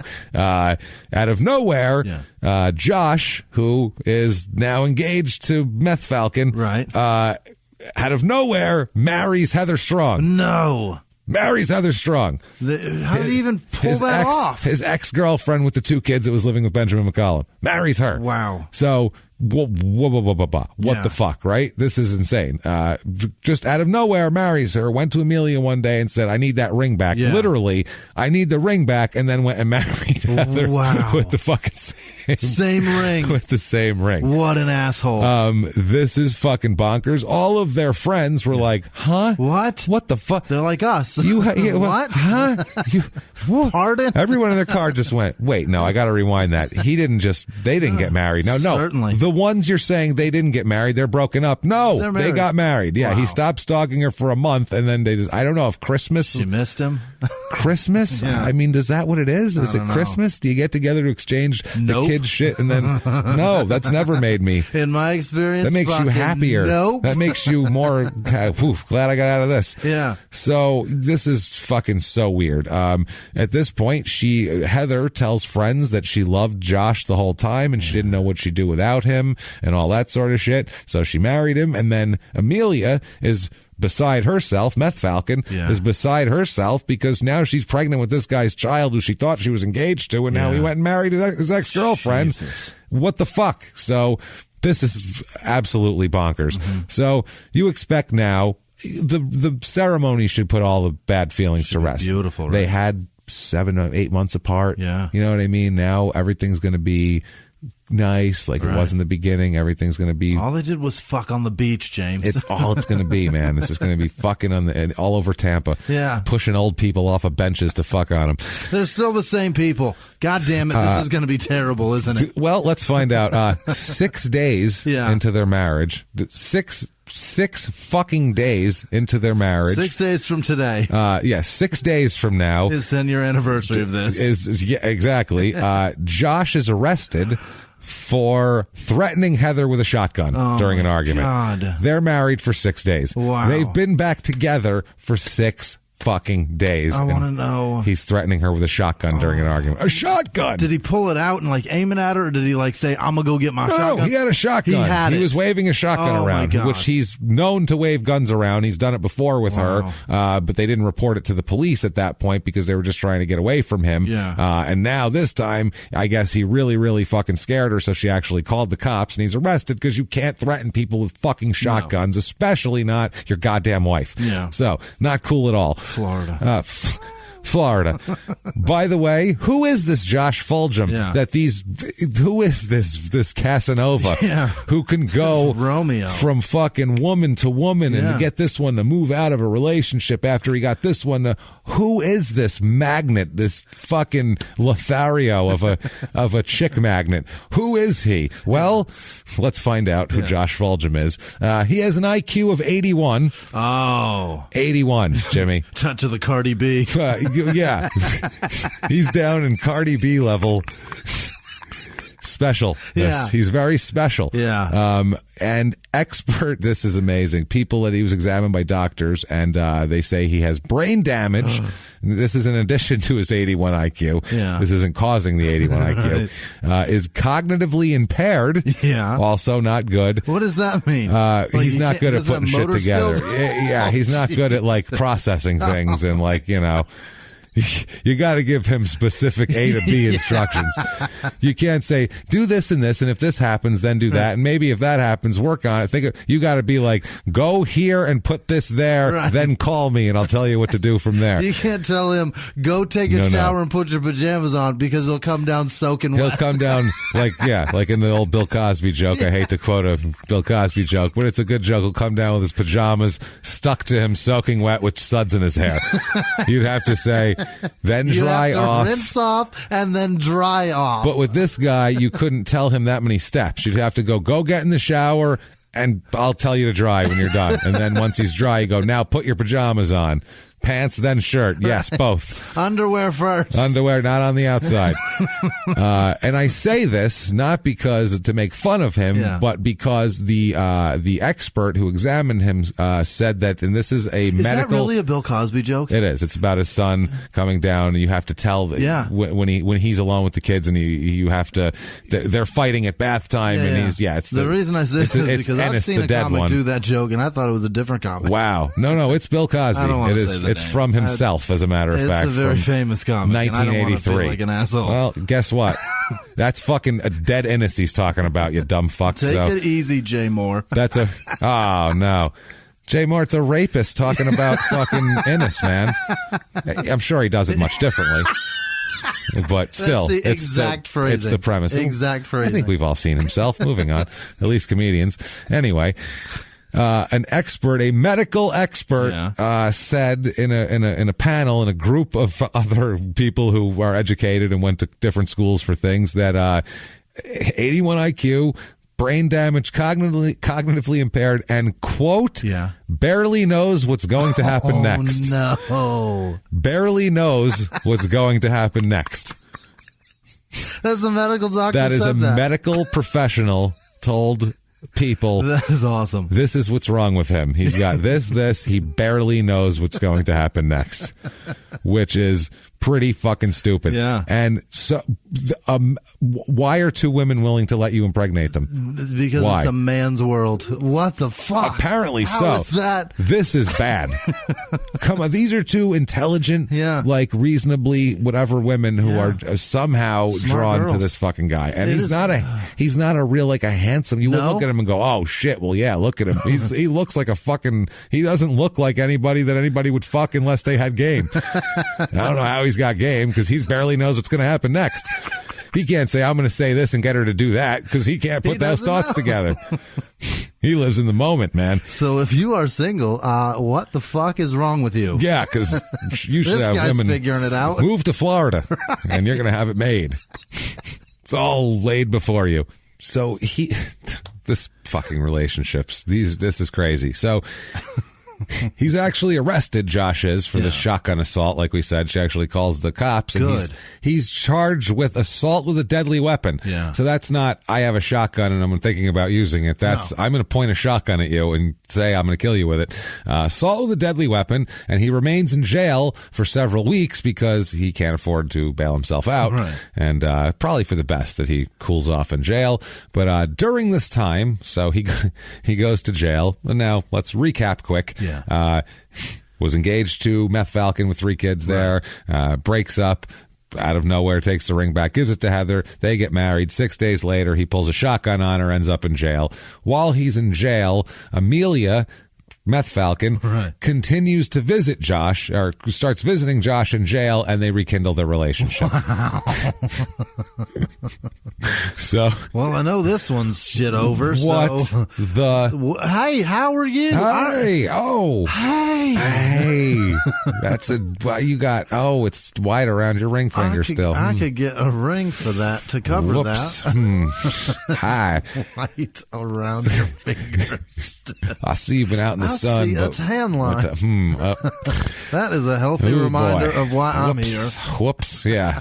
So that's a whoops. Yeah. So this is super weird. So at the same time, both Amelia, now, even though somehow, by the way, even though he broke up with Meth Falcon and married Heather, during this time, Amelia still watched the kids. She still watched the kids. This is crazy talk. So Meth Falcon still watched the kids. Then Josh goes to jail. Now Heather's not visiting him, obviously. She's upset with him for pulling a shotgun on her. Right. So, Jesus Christ. That's not something you have like in your pocket either. You got to go get that. You got to get that. He went and picked that up out of a closet or something. You got time to rethink this. Or this guy might have just had it laying around with kids crawling around. Who the hell knows? So brushed a baby off. Come on, get away from the shotgun. You ain't old enough for that yet. So not only is Amelia still talking to Heather and watching her kids when she needs her to while Josh is in jail, but Josh's mother also still talks to Heather like everything is fine. Okay? Yeah. So these two, Amelia, Meth Falcon, and Josh's mom, try to get Heather to write a letter to the prosecutor to mitigate these charges and say it wasn't that bad. He didn't know this was going to happen. It's like he barely knows what's going to happen next. He doesn't know, and all this shit. Yeah. And he thought you pull shotguns and then people do what you want. He didn't realize that macaroni and cheese comes out the other end, and then that's it. And then you eat dinner. Then it's dinner time. I was going to spray her with Kraft. So yeah, something like that. So, also they're doing a little more research into the case. As the police do a little more research into this, they find out that Heather's mother, Carolyn, tells the police that 3 years ago, Josh called her back in Mississippi when she lived in Mississippi and Josh and Heather were in Florida. Josh called Heather's mother, Carolyn, and tells her over the phone that he has Heather tied up, has duct taped her mouth, and stuffed her into the trunk of his car, quote, so alligators would eat her alive. I don't think he understands how trunks work. No, unless he put gators in the trunk. Did he put him in the trunk? I put her in there with gators and they're going to eat her. No. Does he think that's the equivalent of putting medication in the cheese and then feeding that to your dog? To the dog, just stuffing it in there. Here you go. There's no pill in there. Yeah. These gators eat Monte Carlos. Gators are known to love Fords. They only love domestic vehicles. If you put a Japanese car with a lady in the trunk, they won't eat it. But put your ass in the trunk of this Contour. An American car, they just spit out the headlights and eat everything else. That's it. Can't digest them headlights for some reason. They're like corn. It's weird. It's like corn. Yeah, they poop out whole headlights. It's real weird. Oh, Jesus. So, yeah, that's his whole thing here. Also, Benjamin McCollum, they talked to him, the one that she was living with, right. Yeah, obviously. And he says that Josh had called his house and his automobile shop, both of them, threatening to kill both him and Heather. Oh, and for good measure, burn Benjamin's shop to the ground. Jesus. So he's been very nice guy. Busy. He's been very busy. That's what I mean. He's hooking up with other chicks, getting them pregnant, making phone calls, threatening people with. He's got a lot going on for a guy who barely knows what's going to happen next. He does a lot of shit. Like, he does more than I do. Yeah. And I know I have a pretty good idea what's going to happen reasonably soon in the future. So, I don't fucking Depending on my actions, anyway. Yeah. I mean, other people's actions, it's to them, and I don't know what's going to happen there. But I do know that when you pull a shotgun on people and they call the police, you're probably going to jail. That's probably what's going to happen next. He didn't put those together, as a matter of fact. Yeah. Heather's cousin here, Misty Strong, she says that this relationship has always been a mess with Josh, and Josh has always tried to control Heather. Yeah. She says, quote, it was all about control. That's what it always boiled down to with Josh, which makes sense. Now, Jesus Christ. So eventually Heather decides to, the charge is dropped when Heather decides not to cooperate with the police anymore. She's had enough of this whole thing. Yeah. She doesn't want to do it. They wonder why. They wonder what changed her mind. Was it Josh's obvious charms? Yeah. I mean, was it that? Was it his did he put together a dissertation of reasons, a reasoned account of why this was a good idea? I doubt it. Instead, we find out that she dropped the charges because she was tired. Heather was tired of dealing with the whole situation because Amelia Carr, at 7 months pregnant, threatened Heather Strong by putting a knife to her throat. Wow. And tried to get her to fucking force her to withdraw the charges. She became so enraged by Heather's refusal to help that she pulled a knife out, grabbed Heather by the hair, pulled her head back, and held a fucking knife to her throat. There's a baby in there. That's some gangster shit. Yeah, it is. To grab a woman by the ponytail and pull her head back and hold a knife to her throat, that is some like Mexican mafia woman, like fucking Giselle de Blanco shit. Like that's some cocaine cowboy craziness. No, who the fuck does that? That's amazing. That's some crazy shit. The only thing that saved Heather in this particular situation was somebody there to grab Amelia in a reverse chin lock or in a chin lock and pull her off of Heather with the knife. And that was the father of one of Heather's children, or one of Amelia's children, James Akome, Jamie Akome, who we've talked about. Yeah. So this Jamie Akome, who has previously had a child with Amelia Carr, now pulls Amelia Carr off of Heather Strong as Amelia holds a knife to her throat. He's been with her, so he knows her disarming technique. He knows. He goes, you grab her, and then she drops the knife. He knows her secret safety valve button. What the fuck? This is incredible. Because Jamie also, by the way, James is also friends with Josh Fulgham and Heather Strong and everybody. They're all friends with each other. Now, Jesus Christ, was the girl from the Crafts character in The Waterboy loosely based off of Amelia? I feel like it's very possible. Familiar. Yeah, too bad it happened earlier. Maybe Amelia loosely based her life on the girl from the Waterboy, which is probably not the best. I forget her name. Person too. I do too, because she hasn't been in a movie in fucking 20 years probably. I guess think The Waterboy was her last movie. Probably. she went off into the sunset with a raspy voice, and that was that. She got Waterboy and the Craft money, and she's fine it's like, now. fuck this, I'm out of here. I don't need you people. Yeah, Hollywood didn't get rid of her. She got rid of them. Right. Like, I've seen enough. I've kissed Adam Sandler. I've seen the other side of hell. Thank you. I'm going back. I took a bite out of an alligator and was in a scene with Lawrence Thomas. I'm moving back to Minnesota. Lawrence Taylor. Yeah, Lawrence Thomas. Who the hell is that? Jesus Christ. You're going Lawrence Phillips and I don't know Lawrence what I'm Taylor doing.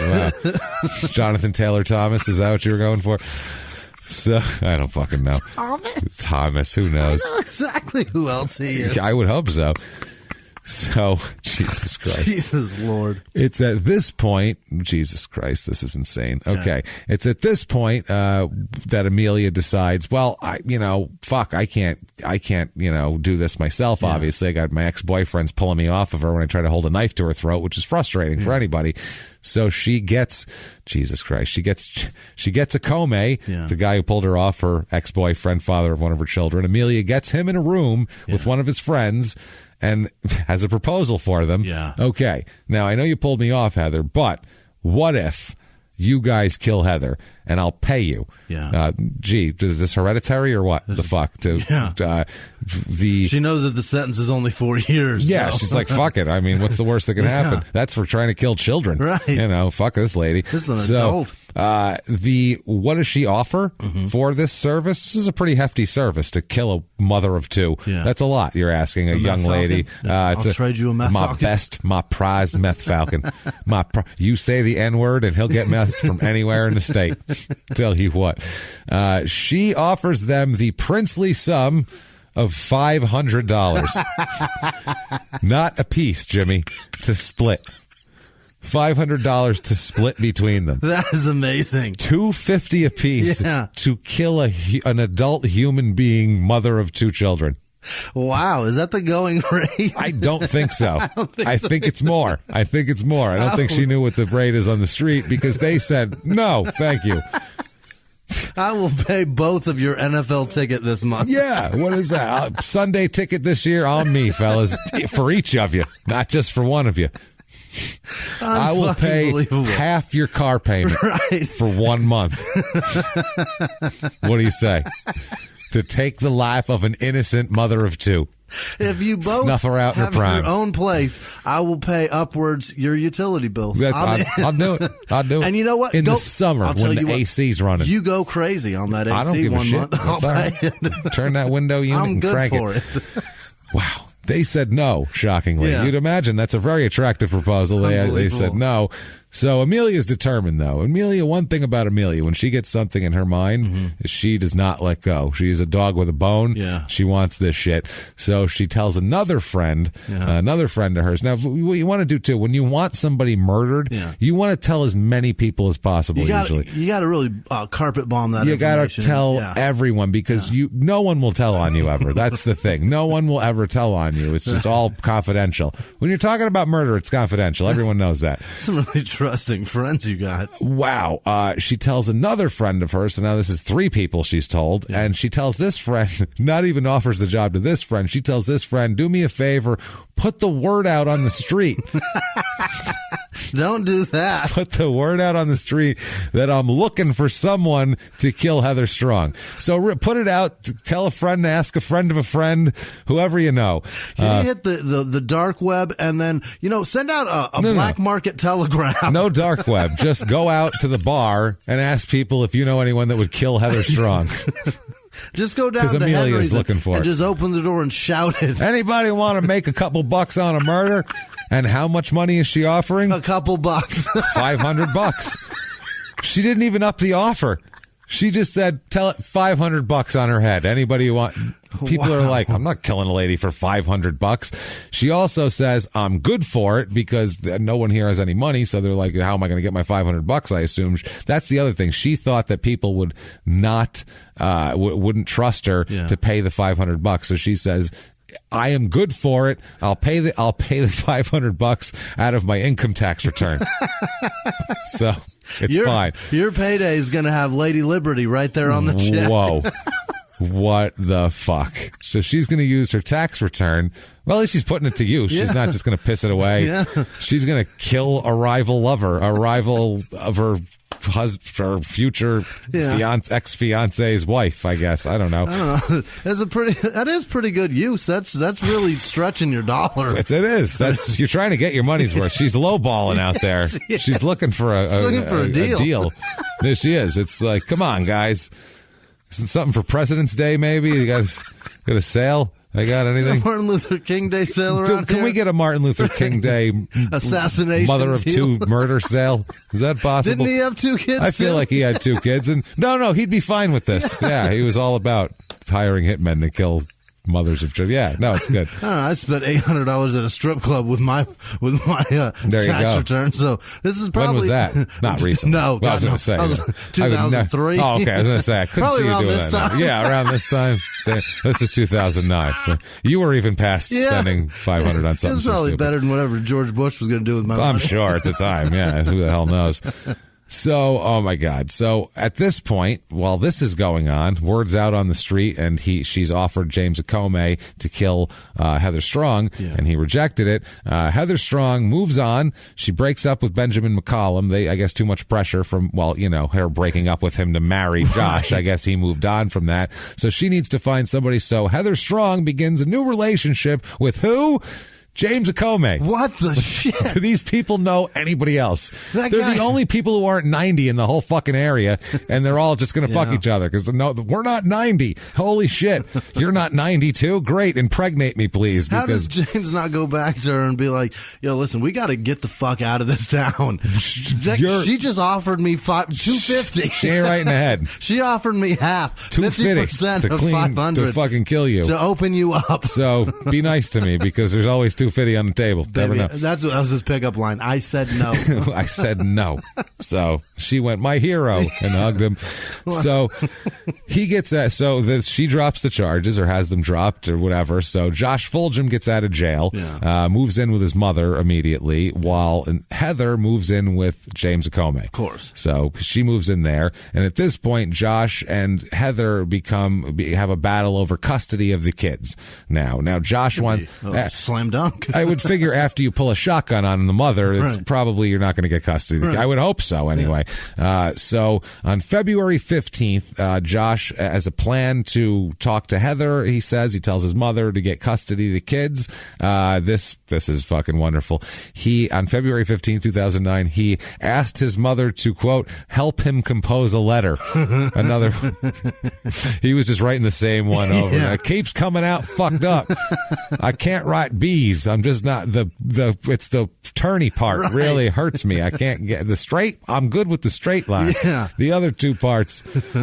I keep trying to write Heather, but every time I draw this H, I pick it up and it's an I. This Plus, is crazy. I can't figure out what I should put next. It's like I barely know what's going to come after H. He's too easy, isn't he? He's too easy. It's too easy. And he's a total asshole, so it's perfectly fine to make fun of him. That's what's great. He's such an asshole. It's like, no, we're not making fun of stupid people. We're making fun of this particular stupid asshole. This guy's an idiot. He is an idiot. So, wow. Now, he's doing this because Josh was told by Amelia, Meth Falcon, that Jesus Christ. He's told by Amelia that Heather has said that she is taking Josh's two kids and moving back to Mississippi, which is a lie because when you leave Mississippi, you don't go back. No one goes, I'm going back. Nope, I'm free. I've had enough of all this sunshine and fun. Not voluntarily anyway. So he needs to get this letter. So the mother composes the letter for him, or helps him compose the letter, we should say. Now, February 15th, that same day, Heather receives an emergency phone call at work. Where does she work? She's had it rough. Current husband, father of her two kids, pulling a shotgun on her, where she just got out of a relationship that she was happy in to reignite, and now she's with this other guy. She's having a tough life. She works at the Iron Skillet restaurant inside of a truck stop. Oh my God, I thought it couldn't get worse. Yeah, if you don't know what an iron skillet is, it's exactly what it sounds like. It's a truck stop restaurant. It's like a no frills Denny's. Put it that way. It's a step down from the Waffle House. It really somehow. There you go. Yeah. And it's inside of a truck stop. Right. That's where she works. Grease on everything. In Florida. Yeah. So her life is not great. Not just food grease. No. This is a truck stop. Just there truck is like grease, food axle grease. She's living on the seam right here. Right on the seam. This is like she's dancing on this thing on a daily fucking basis. She receives an emergency phone call about her children. So she has to leave work because something's wrong with her kids. So she takes off. Who does she receive that emergency phone call from? Amelia Carr, because that's who's watching her kids. So, by the way, even though she is trying to hire people currently to kill her. And holding knives. To her throat. Insane, right? So, Josh's mother last saw on this day Heather and Josh in the car together, with Josh driving, which seems like a bad idea, pulling away with those two in the car from Josh's mother's house. That's the last she sees her that day. Later that evening, on February 15th, James Akome returns from work to their apartment and finds that Heather and the kids are gone and all their shit's gone.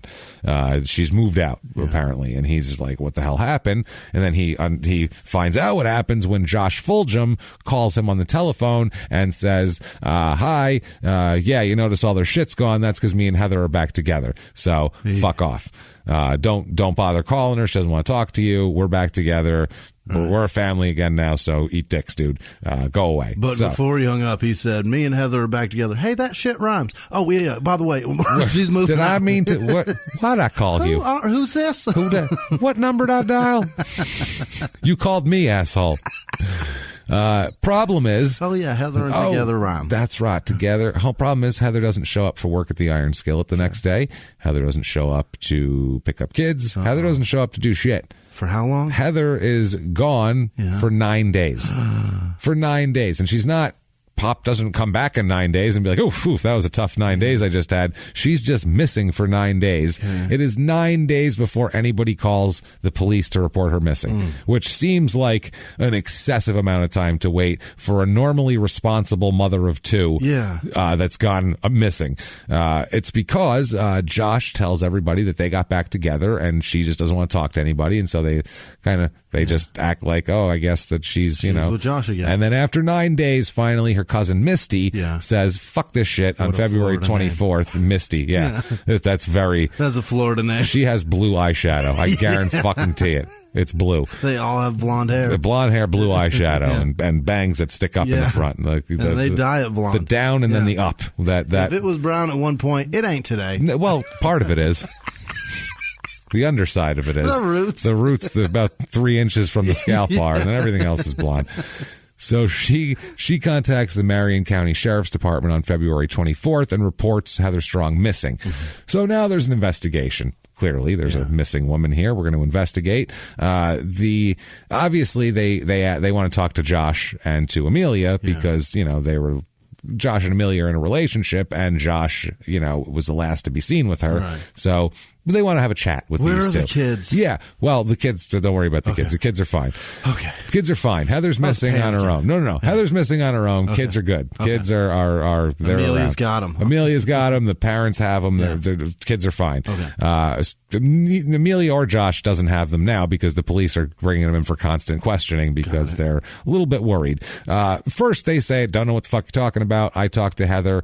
She signed this document for me saying that I have custody of the kids, and then that was it. That's the last I saw from her. Right. I don't know. We don't talk that much because, she had me put in jail for threatening her with a shotgun and that sort of shit. And, Amelia, same shit. I don't know anything about it. Problem is, over the course of the next few days, when you talk to people over and over again, they'll start, when they're trying to get out of guilt shit, they'll start giving I don't know, Josh might have seen her. It's possible. Wink.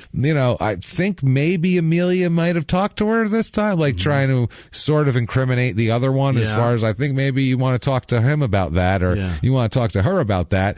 And Amelia thinks she's getting away with the whole thing. Problem that she doesn't understand and doesn't know is that Josh's sister has agreed to cooperate with the police. And shocking enough, obviously, Amelia is close with Josh's sister and tells her everything and has no idea that all of their conversations are recorded. This is Amelia is not in jail. She's out on the street. She's calling Josh's sister, talking to her. Josh's sister is recording every conversation, which is, that's damning a little bit because they put together based on these phone calls that Josh and Amelia plotted to kill Heather, obviously, because they were mad about her. Amelia was gassing Josh up about her moving the kids. Okay. And she was like, now, if she moves the kids, that means you won't be able to see them anymore. That's what happens next.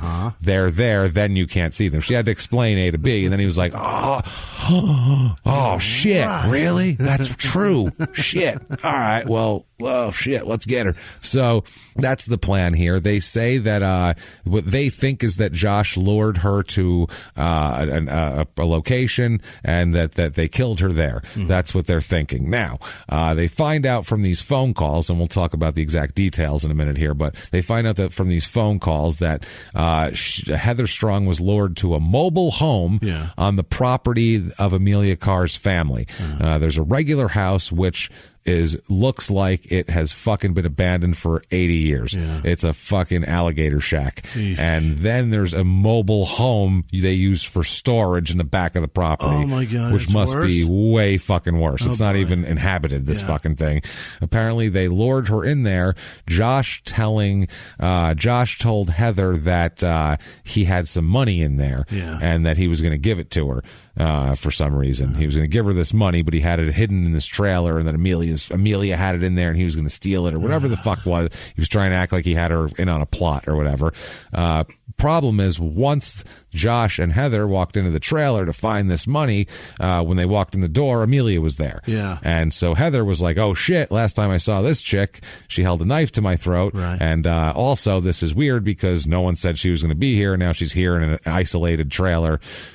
She gets scared. Fight or flight kind of gets up and she tries to take off. By the way, Amelia, 7 months pregnant, fucking, and super pregnant too. She's showing. I mean, there's no doubt she's pregnant. You can see that shit from a satellite. So Heather Strong tries to leave the trailer right away, and apparently Josh wrestled her back inside. During all of this too, while he's wrestling with her, she breaks a window with her arm, just trying to fight and flail. He's trying to wrestle her into a chair. She's so scared, Heather is, that she pees her pants during this whole thing. They scare her that badly. That's how frightened she is of these crazy fucking people because she's not like them. She's just not. She's not like them. She wouldn't think I'll pay somebody $500. She'll just think I'll go to work at the Iron Skillet and I'll come home and I'll try to take care of my kids and have a relationship with whoever I'm around. Whatever the fuck it is. She's trying to have a life. safe, and these two are lunatics. I mean, in this story, we haven't even heard of her once having a weapon, which she never does. Fucking should. She probably should. Yeah, if that fucking what's his name shot that kid down there, if George Zimmerman has one, she should have one too. So anyway, there ends up they wrestle. Josh ties Heather to a chair in the trailer, and she manages to escape because he's not real good at tying knots. He's doing like bunny ear loop swoop and pull and shit, and he's like loop swoop shit. She just pulled the one thing and it came right out. Rabbit runs round the tree, goes through the whole way. Hey, get back Come here, on bitch. back here. Damn it, this is fucked up. So, he's singing songs. Yeah, trying to do it, and this poor woman is fighting for her life. So he then grabs her, holds her back down in the chair, and Amelia uses duct tape to tape her body and hands and legs to the chair. God damn it. So duct tapes her to the goddamn chair while Josh held her down. Obviously, Heather is crying and begging to be released and asking, why are you doing this? You know, standard fucking questions when two people who you just want to get away from are trying to murder you. You have nothing to do with, and all they want to do is fucking murder you. They said, and Josh says, you're going to take the goddamn kids away from me. You're not going to do that shit. And Heather's going, I don't know what you're talking about. And he's going, yeah, you do. You're going to give me custody. He whips out that document and makes her sign it while she's duct taped to a fucking chair. Sign this letter. This is the letter A. This is just an A. Shit, I left the other one at home. Damn it. Wow. This is horrible. This is fucked up. It's at this point that Amelia says, and this is all from the recordings, and so, you know, this is just Amelia's side to somebody else. This isn't whatever, the gospel. It's true in what happens to Heather, but who did it is the who did what and when is the part that's a little murky. The responsibility is that we'll talk about. Amelia tells the sister that Josh broke the flashlight that Amelia was carrying when he used it to hit Strong in the head with it. Oh, fuck, man. And by the way, that's the only source of light there too, so now it's dark. What a dipshit. It's like he barely knows what's going to happen next. It's a fucking idiot. So when I break this over her head, this shit is dark, be dead, man. and we can go, where did everybody Oh, shit. Who turned the lights off? I guess it's time to sleep. He just lays down and goes to bed. Nap time. Like a parrot. It's a trick that Amelia learned when she was dealing with exotic birds. So this is fucking dark, man. So they hit her with a flashlight, and I'm literally and metaphorically here. And she says, Amelia says that Josh then placed a plastic garbage bag over Heather's head, and Carr pulled off enough duct tape. Amelia pulls off enough duct tape to wind it around her neck. So she's got a plastic bag duct taped around her neck. What a bitch. Apparently, though, she wasn't dying fast enough because, you know, it takes a minute for someone to suffocate like that, you know, there's some oxygen in there and all that sort of thing. So they speed up the process, and she gets frustrated, Amelia does, so she tries to break Carr's neck, she said. She says she didn't really try to break her neck, but she tried to break her neck, and it was a lot harder than she thought it was going to be. She's like, I've seen Seagal movies where they're just whap with two hands, and pow, and they fall right to the ground, just limp and dead. And I tried that shit, and it just didn't work. That's how Jackie Chan sneak up on all kinds of little Korean men. It's over. Done. Apparently, she just got her in a chin lock and was cranking her head and not breaking her neck because 7-month pregnant people, I'm sure, don't have the strength to break a young, healthy woman's neck. Dear Christ. This is a fucking nightmare. This doesn't work. So then somebody, Carr says on the phone that it's Josh, but then we'll find out later. We're not sure about it. Somebody holds fucking Heather's nose closed with one hand and covers her mouth with the other hand. Fuck. While she's in a plastic bag, duct taped, all that to speed up the process. She can't even move. She can't even move. She's been hit in the head and tried to break her neck. She has no idea what's even fucking going on. She has not invited this. This is fucking insane. Yeah. This is what crazy people do. This is crazy shit. They apparently killed her, obviously. Yeah. And 2 days later, she says, Josh returned to the trailer and took out Heather's body and buried her in a shallow grave right behind the trailer. Wow, they left her in that chair for 2 days. In there for 2 days. And then they went back and got her. Yep, and fucking buried her in a shallow grave right behind the trailer. Jesus Christ. Insane here. So they have tape recordings of of Amelia talking to Josh Fulgham's sister. I got to use pronouns here, or else we're going to get lost. So this is her whole detailed account of the whole thing. She also tells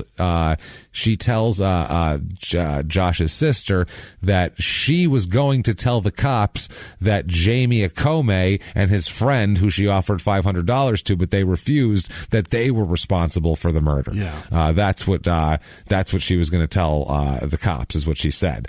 But to the cops, she already implicated Josh. Yeah. But she's trying to snow the sister into thinking that she's on Josh's side. Right. This is fucking crazy. Well, it's Josh's sister. It's Josh's sister. She's against her family. Exactly. Yeah. So this is fucking nuts here. That's some shit people that have 125 IQ do. That's as opposed to ones that are 81 IQ that don't manipulate much. No. They just go, I don't know. Okay, fine.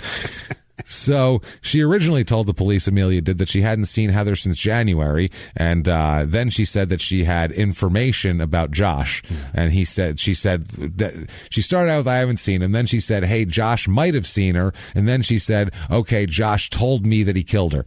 Like that was her progression, and then it went from that to, well, we have tape recordings, and then it was, well, I was there, but I didn't do anything, and I was exaggerated my thing, and blah blah blah, exaggerated my role. So then she admitted, because after that she then changed it to, I know Josh killed her because then he took me to see the body, and that's when he buried it. Then it went from that to, okay, I was there when he killed her, but whatever. And then finally she just says, fine, I fucking helped him, but he forced me, and all that kind of shit. So she really went down every step of bullshit. She lied every day basically until all the information was out and she couldn't lie anymore. She's horrible. Yeah. She says, finally, she said, okay, Josh called, Amelia tells police that Josh called her at the time and said whether she was still down with what they talked about, or they had been talking about a plan to kill Heather. And she says that she thought Josh was joking around and wouldn't actually go through with it. So she said, yeah, sure, whatever. And then she says, next thing I know, Josh shows up at the house with Heather, and that's when I knew it was for real. I guess so. She said that they... Ridiculous. I thought he meant he was going to come over and I was going to look at that wall and tell him that was a normal scene. That's fine, Josh. Your mom told you. Your doctor told you. That world is supposed to be there. You're supposed to be over this when you're 8, Josh. What's going on? So this is fucking crazy here. She tells the story totally saying that it was all Josh, and she even beefs up the details by telling her things that Heather was saying and that she was begging for her life and all that sort of shit. So she was really trying to put it on Josh, as he's so cold-blooded, because she said that Heather was crying and saying, Josh, why? And asking Amelia for help, but Amelia couldn't help her because Josh was in a rage. He's a nut. And he was yelling that at Heather, saying, because you're trying to take my kids and they're my kids and you're not taking my kids. So, this is fucking insane. So, obviously, by the way, they arrest Josh and Amelia both. They're like, let's just figure this out later and arrest you both once they get all the information. Josh finally talks here.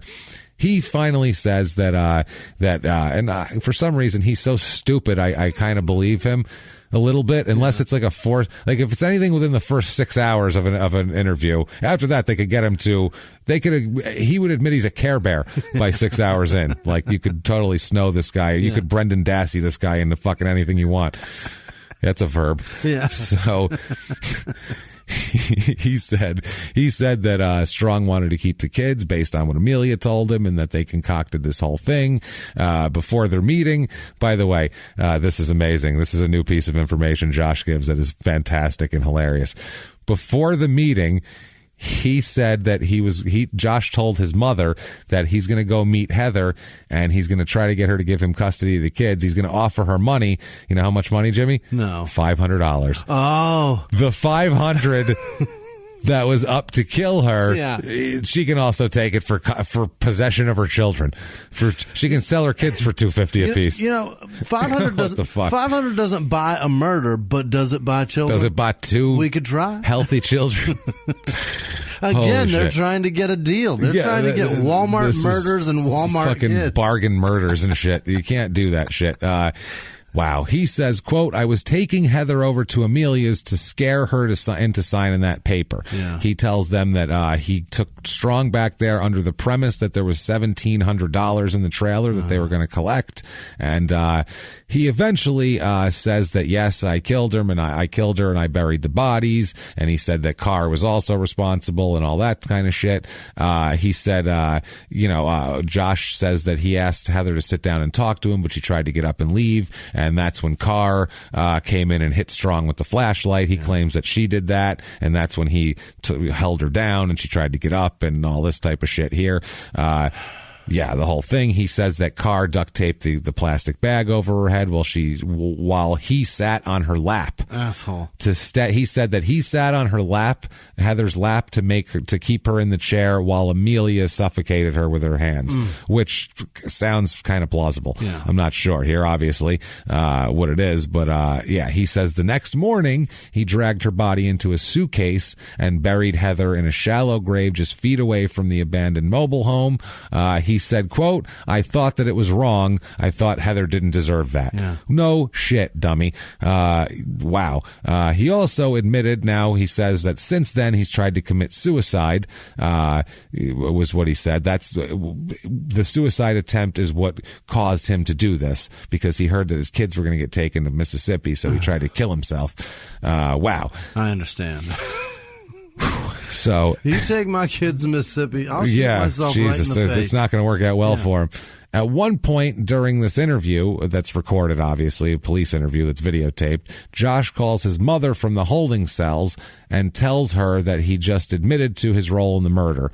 And he's crying and telling her that he won't be coming home. And he says, and I quote from the video, quote, I done it, Mama. I didn't do it by myself, but I done it. I just wanted them children, Mama. That's the reason I did it. He improved. That was impressive. Right? That he showed growth. Yeah. He showed All growth. the way through that statement. I saw your eyes. You were like, learning. he said did. You look so impressed with that. Yeah, he's good for you. You let a man talk a while, he'll start saying some good shit. He said, who says I can't learn? So they, Jesus Christ.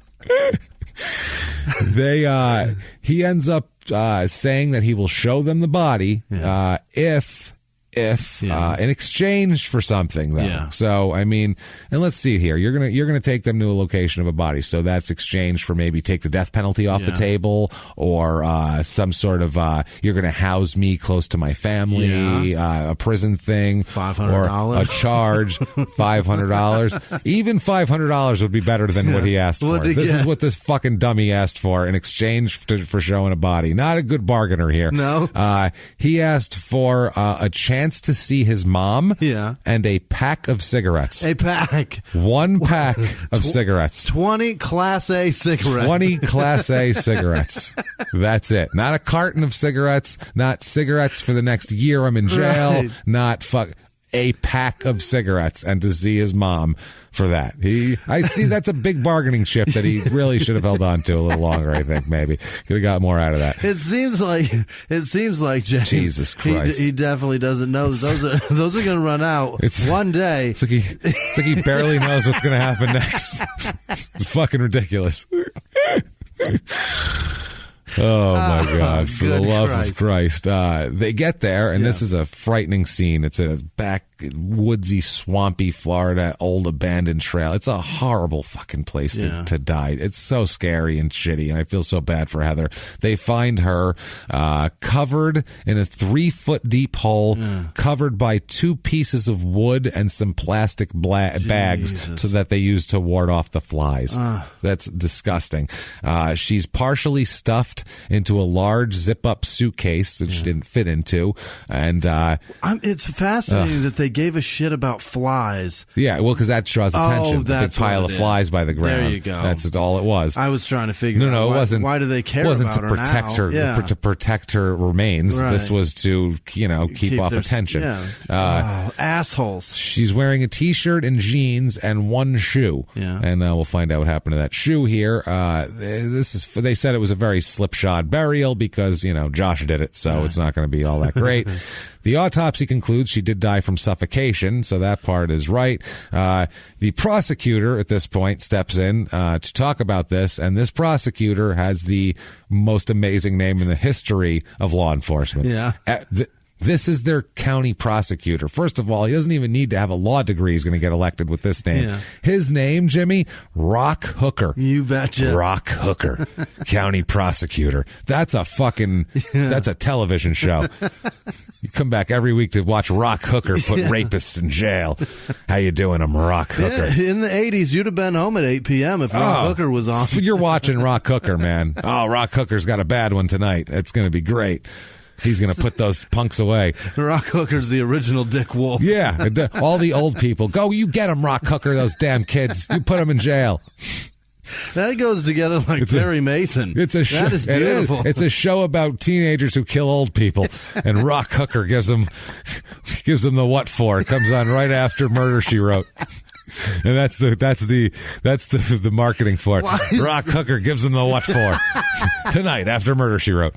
I don't even know what the what for is. In the heat of the night, anything. In the heat of whatever that Carol O'Connor show, Archie Bunker show where he's Southern used to be, and I was on the too. The what for is give him fantastic. The what for. He says after Jesus Christ. It's the greatest two words together. It's so good. Like it by far and away is so much superior to whatnot. You know, it is. Give him the what for. Is so good. Rock Hooker, Florida gynecologist. He could be anything. Let me get in there and take a peek, sweetheart. Rock Hooker could be a Florida orange juice maker, and I'm drinking it. Rock Hooker juice, come get it. So, I love Rock Hooker. Rock Hooker's This is a juice. real man. Have a sip of Rock Hooker's juice. Rock Hooker's juice. The nectar of Rock Hooker. It's Hooker nectar. Come get some. I'm in. Hooker. I will guzzle that. Wow. I'll sprinkle emergency in that. Oh, you know I'll it. Take shots. A little bit of sweet and low. So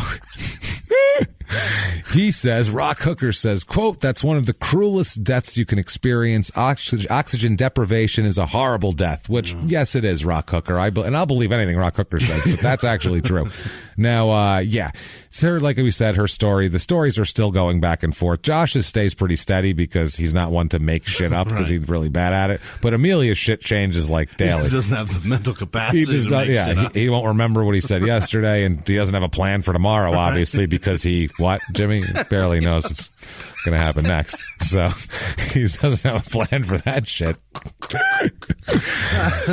Holy hell. So they found a lot of forensic evidence in the grave too. They found from the trailer pieces of duct tape with hairs and duct tape from the office chair, and they documented the broken window, but the duct tape matched the duct tape that was on Heather in the hole. Okay. So that matches her to the trailer, so that they're just putting the story together and corroborating everything. I've seen that on Forensic Files where they match the tear. Yeah, they'll match the tear, awesome. and also there's hairs connecting and blood from both, because they also said they find blood stain on a piece of tape. That's the thing about tape, James. It's fucking sticky. It's real sticky. Hard to get off. It picks shit up. It picks everything and up. It locks it right in forever. As evidence. Shit. How they used to get fingerprints off shit with tape. Just pull it right off. It's, hey, look at that, a fingerprint. There you go. So they found a blood stain on one piece of tape that matched Heather, and then they were also able to match that to a piece of tape on her outside too to match up that. So they just match everything up, and tape on the chair she was taped to. The medical examiner says also that they found a thumbprint that matched Heather Strong. They didn't find the shoe like we said, and that's something that we'll talk about. They also found a bruise, a blunt force trauma to the mid forehead area of Heather that was caused by a blunt force that was not life threatening. Yeah. So that was the flashlight in the head. Yeah. That was just a good enough shot to hurt her, but not to kill her. Now, before the trial, Heather Amelia makes Amelia's trial is going to be before Josh's. Okay. Now, Amelia, in admission before trial, she provides investigators with information that proved her involvement, so she can prove her story, because she's trying to say their thing is you did everything, and her thing is I didn't do everything. I did some of this shit, so I got to prove the stuff I did do so I can corroborate what I'm saying here. Right. So she gives an accurate description of the blanket and suitcase that Heather was buried in, as well as a description of the clothing that Heather was wearing when she was murdered. She also leads police to the shoe that wasn't found with Heather in the grave. She says that it fell off during the struggle in the chair when she was duct taping her leg, and she threw it aside, and they just didn't find it for some reason because it was a mess in there. But she knows where it is. She found it, and she knows where it is and gave it to them. So she's saying that. Now, April of 2009, she waives her right to a speedy trial. Amelia does, which is, she wants processes to go on. So she's like, you don't have to try me right now. We need to make motions and all. That's so they can do motions and shit. Immediately afterwards, because now there's time, lead prosecutor Rock Hooker, he steps in again. With his nectar. He says, I'm going to sprinkle my nectar all over you, and files his notice of his intent to pursue the death penalty against Amelia. Shit. So he's going to sprinkle his poisonous nectar on her. Is about it, that's strong for it's Heather Strong. Yeah. That's strong for a young lady with 3 kids and who's pregnant at the time too. Is going to have 4 kids by the time this goes to trial. Right. The family reaction: Carr's mother, Amelia, said that she just couldn't believe it. She was really hurt. She says Amelia only did this. She must have been really hurt. Quote, he proposed to her. He bought the ring for her. And in December, he came and took the ring and married Heather. Yeah. So he's saying that's the only thing that would have made her go crazy. And, hormones, she's pregnant and she went out of control. It's not her fault. And she was manipulated, which is, full of shit. No, she's not manipulated by Josh. No one's manipulated by Josh, I don't think. I mean, she might have been, she could be physically forced to do something by Josh, but mentally, he's not going to fucking trick her into anything. There's no mental chess game going on. No, not at all. Not to absolve Josh of shit, because he was a fucking asshole here. I don't think he could play mental checkers. No, he'd be like, king meat. We haven't started yet, Josh. You can't have one until never mind. So Misty Strong said about her cousin Heather, quote, she was just so kind-hearted. She would just keep forgiving him. She was stuck in that same trap of, this is my kid's father. And then she said, I guess she felt no one else would want her. She thought it was just easier to deal with him and keep quiet about it, which is fucking horrible. But then every time she's not with him, she's with somebody else. Somebody always wants her. Yeah, that's a good point. That's it. But either way, you don't need anybody. Number one, you got the iron skillet. Go back to fucking Mississippi with your family if you have to get on your feet. Do whatever you have to do. You don't need this asshole ever. And especially if other guys you're moving into other people's houses. Exactly. And the iron skillet is likely a chain. You could fucking transfer. Get the man. Fuck out of Florida. Yep, I've seen them all over the place. Wow.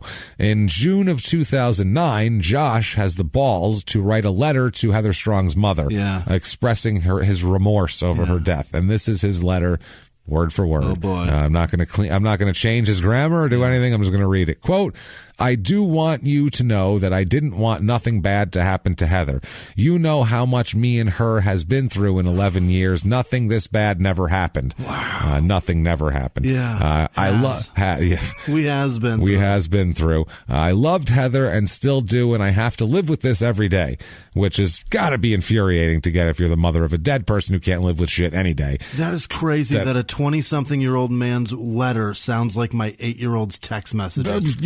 That's incredible. That's a grown man's letter to seek remorse for a dead child. Right. November of 2010, Carr wants her trial delayed. Amelia does, because she doesn't like her attorney. The case is proceeding here, and she doesn't think her defense lawyer, who is a death penalty certified lawyer, who works for the public defender's office, she said that she doesn't think she's ready for the trial. She says to the judge, Amelia does, quote, this is my life. She says, I want to know that my attorney representing me is adequately prepared and ready to fight this. I might not be the attorney, but I'd like to know what I'm getting into with my eyes open, not half shut. The judge says, quote, she might not be working toward your expectations, but that's different from being ineffective. Eat dicks, you're going to trial. So fuck off. And does not give her a continuance either. Gives her not even extra time for her attorney to prepare. Just says she's good. Moving on. She'll do. They said that it's a trial built on circumstantial evidence, but also a lot of her own confessions. But the details are murky, and that's what they're worried about, is these murky details. Although once they get the trial going, several witnesses line up down the street to say that they were asked by Carr to either kill or help find someone to kill Heather Strong. She offered me $500. She offered me $250. She told me to put word on the street. I heard she was looking for someone again. I mean, it's like everybody she knows. I drank at the bar and I heard the word on the street. Yeah, they came in and shouted it. So I don't know. I heard it loud. Also, Comey testifies that he had to pull Carr off of Heather while Amelia had a knife to Heather's throat, which looks bad to say I'm just innocent following Josh when she had a goddamn knife to her throat when Josh wasn't anywhere near there. He was in jail at that point. Yeah, he wasn't anywhere near there. God, wrapped her hand. He describes in court how Amelia wrapped Heather's ponytail around her hand, wrapped it around her hand so she couldn't go and she didn't even grab it. She wrapped it and fucking pulled her head back, which is absolutely fucking bonkers. Also testifies that he kept being offered money to do this, to kill Heather. Amelia testifies. What the fuck? Why not? What do you got to lose? She takes a stand and testifies that she only started lying to police after that she said the police threatened that she would never see her baby born. What? She doesn't say what method they were going to, I don't know if they were going to do a super late term abortion, like fucking it's ready to come out and just club it over the head and throw it away. I don't know. They're going to kill them both? They're going to, I mean, we're going to do the death penalty tomorrow for both of you. Right now. Right now. Everyone's dying. Otherwise, just, you're going to see your baby born. Yeah. Look down, stupid. You've had 3 before. You know how this works. You know what's going to happen next. The kid's going to come out. I don't know if she's trying to say they were threatening her to kill her. They were going to take her out while she was in her cell, or I don't know what the hell it was. While she's asleep, just bring a Hoover in there and suck it out. There you go, sweetheart. So, you didn't see it, did you? Never told you wouldn't see it. So, God damn it. She says she admitted to saying that she wanted to kill Strong in the past, but she also said that the same thing about her ex-husband and wasn't serious about that either. Okay. It's just something you say, like, I wish I could kill him, or I wish I'd hire I'd give you $500 to kill him. I've never said that to anyone. I've never said that. Ever. No. I've never facetiously offered someone a specific amount of money that I'm getting for a tax return to kill somebody that I don't like, and it's competition for me. I think I said I'm going to kill you in right before a fight. Yeah. I did not kill them. No, you probably didn't. I bet you didn't. I didn't even try. You didn't offer someone next to you a specific dollar amount. Yeah, that's the other thing. Jesus. She denied offering James Comey money to help kill Heather Strong, even though there was 2 people there and they both testified to the same thing. Yeah. She says they're both lying. She also denied that she complained to her other friend that she couldn't find anyone to kill Heather Strong, and could you put word out on the street? Wow. She says that she last saw Heather in January of 2009 before the murder, and that Josh had never spoken to Amelia about killing Heather. That never happened. Now she's denying all of that. She said Josh did not call her about coming over to the house with Heather, and that she never went outside the night of the murder other than to say goodbye to other people who were there visiting her family that had nothing to do with Josh, and she was never in the trailer with Josh and Heather. She never found Heather's body in the trailer. She said the shoes that she led police to were not Heather's. She only did that to lie to them to further her cause. She also says she lied about trying to break Heather Strong's neck and about helping Josh duct tape Heather to a chair. Oh, and she also lied about putting the garbage bag over Heather's head. Lied about all of it.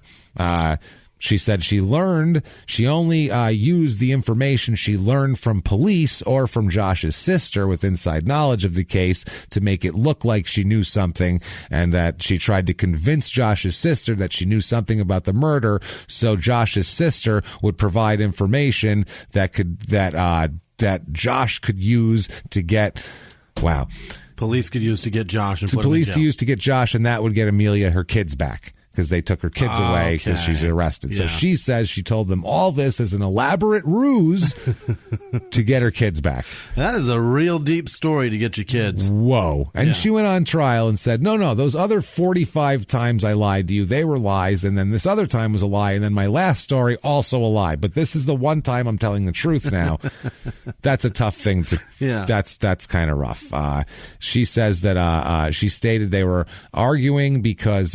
Jesus Christ. She said she talked to Josh on the phone the day of Heather's murder, but she said they were arguing because Josh wanted Amelia to put their upcoming baby up for adoption. Oh, and Amelia says that she didn't know who killed Heather and that she didn't know that Heather was buried on her property until police told her. That's her claim. That's a shitty story. That's a bad story. Just deny it all. But the problem is they present video evidence of her telling all these stories to the police, looking exactly like she just did. That's a problem. Now I'm telling the truth, the same shit. They present the tape recordings of her saying exactly what happened to the sister, which sound pretty fucking knowledgeable. Yeah. Doesn't sound like she's making shit up as she goes along. Mm-hmm. They also, Carr presents the testimony of a doctor, an expert in forensic psychology. This doctor, it's a Dr. Land. This doctor testifies that Amelia has no indication of any serious mental illness. So she was looking for a doctor to say how crazy she was. Yeah. And no, they say she has no indication of any serious mental illness.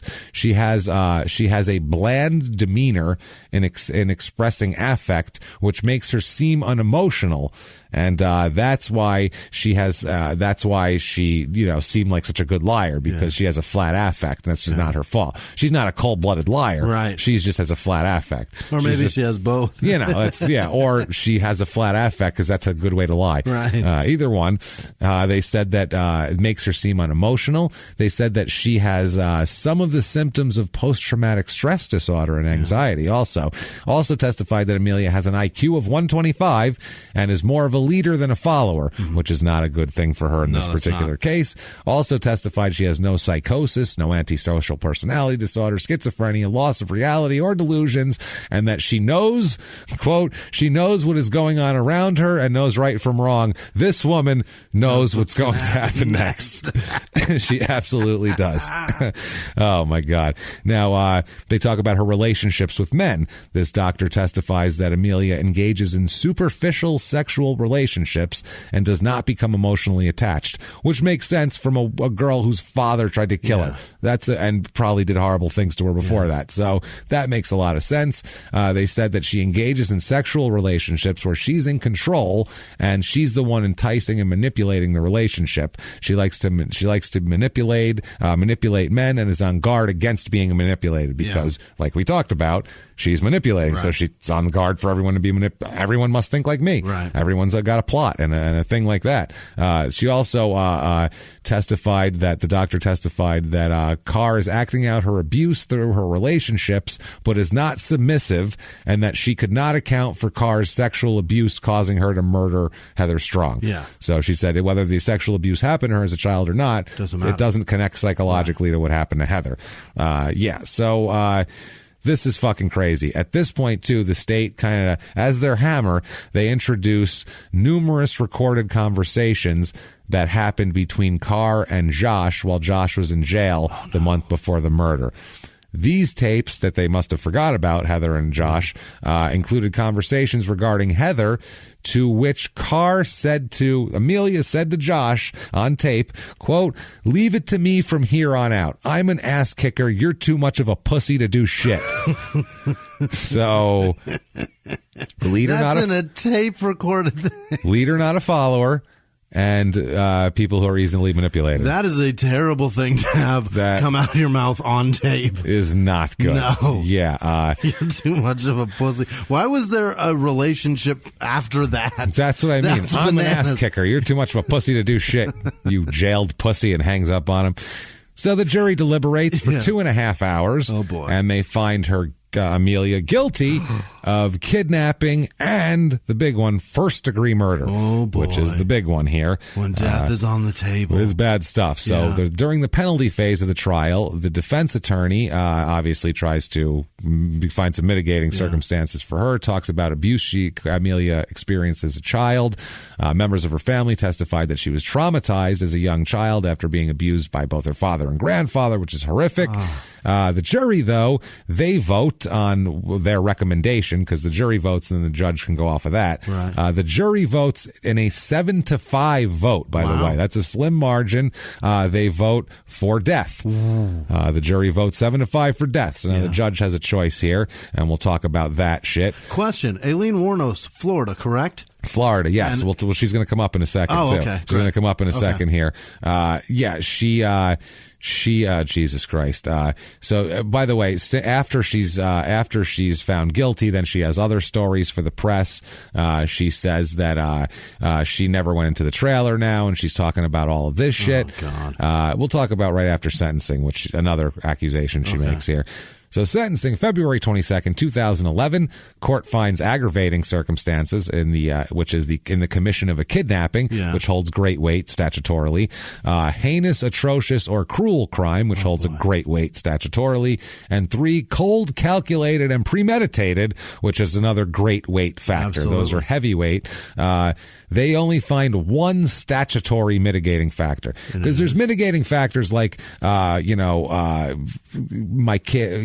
was abused when I was a child. That's a mitigating factor, but it's not a statutorily mitigating factor. Okay. There's other ones here, like the fact that she has no significant prior criminal history of violence, because the birds don't count. Right. They don't count that. So they didn't call the police when she put a fucking knife to her throat. That's the other thing. Right. That holds significant weight, that she has no violent history of violence. And they rejected these other ones, though, that she was under the influence of extreme mental or emotional disturbance. They said that wasn't proven, that she acted under extreme duress, and that she was only 24 years old at the time of which I don't know what the fuck. There's what? It says too in the court document, not mitigating because no evidence age impacted on Hakar's actions, which is absolutely true. They find non-statutory mitigators like her upbringing and her that she was a good family member, her family liked her, and all that kind of shit. That she attended church and Bible study as a child, which you killed a woman. I don't really give a shit about that. The judge is Judge Willard Pope, and he says, well, we'll sentence her on kidnapping first and then the murder here. It's for kidnapping, it is life in prison. Okay. So not good. No parole. Life in prison for kidnapping. And for the murder, you, ma'am, may fuck off. Death penalty. Oh, boy. Agrees with the jury. 7-5 jury recommendation for the death penalty, and she is moved to death row at the Lowell Correctional Institution in Marion County. Yeah. And then after that, after she's sentenced, she makes a statement to the press on the way out that the child she was carrying at the time of the murder was not actually Josh Fulgham's. Oh boy. It's somebody else's, and that in addition to that herself, Amelia, and Heather had been having a lesbian relationship. She decided to profess that to the media now. After the death. By the way, not Josh's kid, and I was fucking Heather. Oh, so my now God. Throw that twist in there and see what the fuck you come up with. So, wow. What the shit? What is happening? Amelia becomes, by being sentenced to death, the first woman since Eileen Wuornos to be sentenced to death in Florida. The first woman. Yeah, and that's fascinating. Now, Eileen used that same defense that she was horribly She had a abused. horrible. I mean, this woman too, but not like Eileen. Eileen was fucked, man. She was. And if you don't know who Eileen Wuornos is, guys, she's the movie that Charlize Theron was in where you didn't want to fuck her. It's that's Eileen Wuornos, guys. So you know, women probably know she was a terrible woman. She had a rough life, man. Oh, boy. I actually felt for her because she had as crazy and evil as she was, she had a fucked up life where it's almost like Charlie Manson's upbringing. Right. Like Charles Manson, you're like Jesus, I kind of see where this all happened. Like not as an excuse, but like as a reason. And it's the same thing with her. With Manson, you look at him and you go, how did that guy not kill people himself? Yeah, look at this shit. He looks like he would want to. He the guy that did all that? He tried to. He shot the one guy. But anyway. Aileen, though, she was just abused her whole time. Anybody that was in her life pre-17 years old should have just been like, this girl's going to kill somebody one day. A lot of people. So Josh goes to trial here, and this is a judge approves a new attorney to take over his case because the other attorney withdrew for medical reasons. So it's not like Amelia can't have a new attorney, but he can. He gets a guy named Terrence Lenneman, who we'll talk about in a second. Now Lenneman here, he's a death penalty guy or a general, a lawyer that's certified for death penalty cases. He says that things have to be approached cautiously in this case, and obviously it's a sensitive deal, and someone's already been convicted on it. They end up. This is fucking. They basically want full conversations to be played to get context of things, and they're trying to stretch this out a little bit. They're trying to squash a statement that Fulgham made to Heather's mother, that the one about the alligators in the trunk. They're trying to squash little pieces of evidence that it's like pissing out a forest fire. Right. Those don't matter. What are you doing? You're concentrating on one log, and the whole fucking forest is on fire. Relax. And you're trying to squash something that doesn't really pertain to this particular murder either. Yeah. I mean, all it does is signify that he had ill will and ill intentions towards her. And yeah, no, it's true. But it doesn't stop the fact that this girl's dead, and he's probably prime suspect. I would say so. Number one. Yeah. The defense team is trying to prove Josh guilty of second-degree murder, which is punishable by up to life in prison, and not first-degree murder. And the difference is premeditation. Opening statements, they're saying Josh's attorney's trying to set it up as a crime driven by passion and betrayal, and he freaked out, and it's second-degree murder. He says, the lawyer says, quote, things went really bad and happened very quickly. And then the lawyer says, quote, Amelia Carr does everything, he just lets it happen. So trying to paint it at him as just this dumb guy who's being dragged along and barely knows what's going to happen next. That's when this came out too in his trial, is when that came up. He barely knows what's going to happen next, which is reason why during the verdict he is found guilty of first-degree murder and kidnapping. Oh, God. He gets both. His defense lawyer asked the jury to consider a life sentence because he suffered from mental sexual abuse, and he barely knows what's going to happen next. So the jury returns an 8-4 vote. Yeah.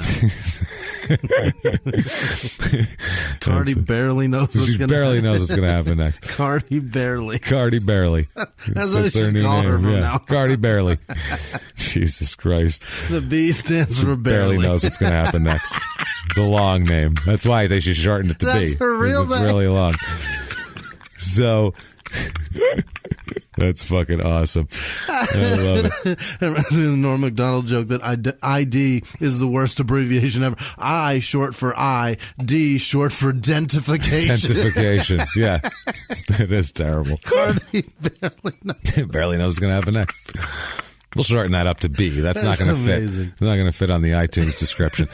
So the jury returns an 8-4 vote for a life sentence this time. So they vote for him to get life and not death here. Well, 4 people voted for death. So the judge here, Circuit Judge Brian Lambert, says, you, sir, may fuck off, gives him a life sentence with the possibility of parole. Oh, look at this. So this guy gets possibility of parole, which I'm sorry, I don't care. Even across the board. Yeah. Whatever she got, you get, asshole. I don't care. Ding them both. Ding you both. His lawyer, Josh's lawyer, said, quote, I was very happy with the jury's decision. I didn't know that was going to happen next. Josh had no idea. I knew. He didn't. It's a tough decision for them to make, but I think they carefully considered all the evidence and followed the law and came back with a just verdict. This guy, this Terrence Lenneman, if you kill a man or woman or anybody in Florida, this is your guy. Yeah. He, at this time, had done 11 death penalty cases, and this was the 9th one that had a life sentence recommendation. Wow. So he gets your ass off of the death penalty, this guy. Almost 90%. Yeah, that's not too shabby. Now, Amelia appeals her sentence, obviously. She, including possible errors by a trial judge, and the proportionality of the death sentence is her main thing. The attorney here says, quote, this case involves a love triangle between the victim, Heather Strong, her estranged husband, Joshua Fulgham, and the defendant, Amelia Carr, that ended when this horrible tragedy happened. So they're trying to act like she was just caught up in this big, whirlwind of shit here. She also claims ineffective assistance of counsel based on what she said earlier. Yeah. But while this is all going on, her appeal kind of becomes a moot point because in 2017, a law is ruled unconstitutional. A certain death penalty provision is ruled unconstitutional, so Florida has to sign a new law with new death penalty rules into effect. And it's signed, these new rules require a unanimous jury decision for a death penalty, for a death sentence. So that means that everyone who has, say, a 7-5 vote for death penalty and ended up getting the death penalty from that recommendation has to be resentenced. Yeah. You have to resentence them. You have to go through the process, do the whole, court thing for resentencing. Yeah. So after an evidentiary hearing in 2017, the state of Florida declines to seek a new death penalty phase with Amelia Carr. And she is resentenced to life in prison without the possibility of parole. That's great. They don't just go, you can go on your way there, young lady. No, you're good now. I don't know how laws work. Yeah, no, I started to get real scared there. Yeah. So after that, there was only 3 women left on death row in Florida. After her, so she is not on death row, but she's in life for, without parole. So she's done. Josh Fulgham is going to get out someday if he lives that long. Wow. He could definitely get out someday. He won't know what's going to happen, but it'll happen. Someday they'll just push him out and he'll go, where am I? I'm outside? I'm outside, Oh, y'all. damn. Is that why they gave me all my stuff in this bag? And they took I put normal clothes on. I ain't seen these in a long time. This still in style, you think? They still have gum. Oh, boy. The gum from the tape all over Oh, them. my. Jesus Christ. Well, that is McIntosh, Florida. They're gone. Poor Heather Strong had a rough life and even worse ending to it. Terrible. That is Florida. Avoid Florida at all costs is what we're saying, except on February 21st when we'll be at the West Palm Beach Improv. Then come to Florida and see us and then leave under the cover of night as quickly as possible. Right through the Gulf or anywhere else you have to do, the ocean. Get the hell out of there. For Christ's sake, stay out of Fords in Florida because the gators will get you. They'll eat them right up. Eat you right up while you're in there. So do that. If you like the show, the way to show us is a very easy way. You can just go to iTunes, a purple little icon there, Apple Podcasts, whatever it is. Give us 5 stars. It doesn't matter what you say. Just say something. It's not for our ego. It's really just to move up the charts. So that helps a lot. Do it in whatever podcast thing you listen to, whatever your podcast format is, player that you listen to. If they have reviews, throw a review down because it helps us out a lot.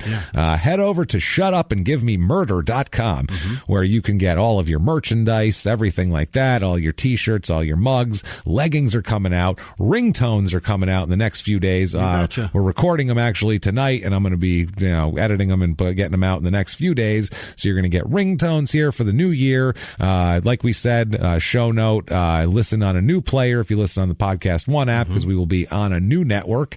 Get all your merchandise, all your tickets at the website. Also follow us on social media over on that website. There's links to that, which is at Murder Small on Twitter, at Small Town Murder on Instagram, and at Small Town Pod on Facebook. Right.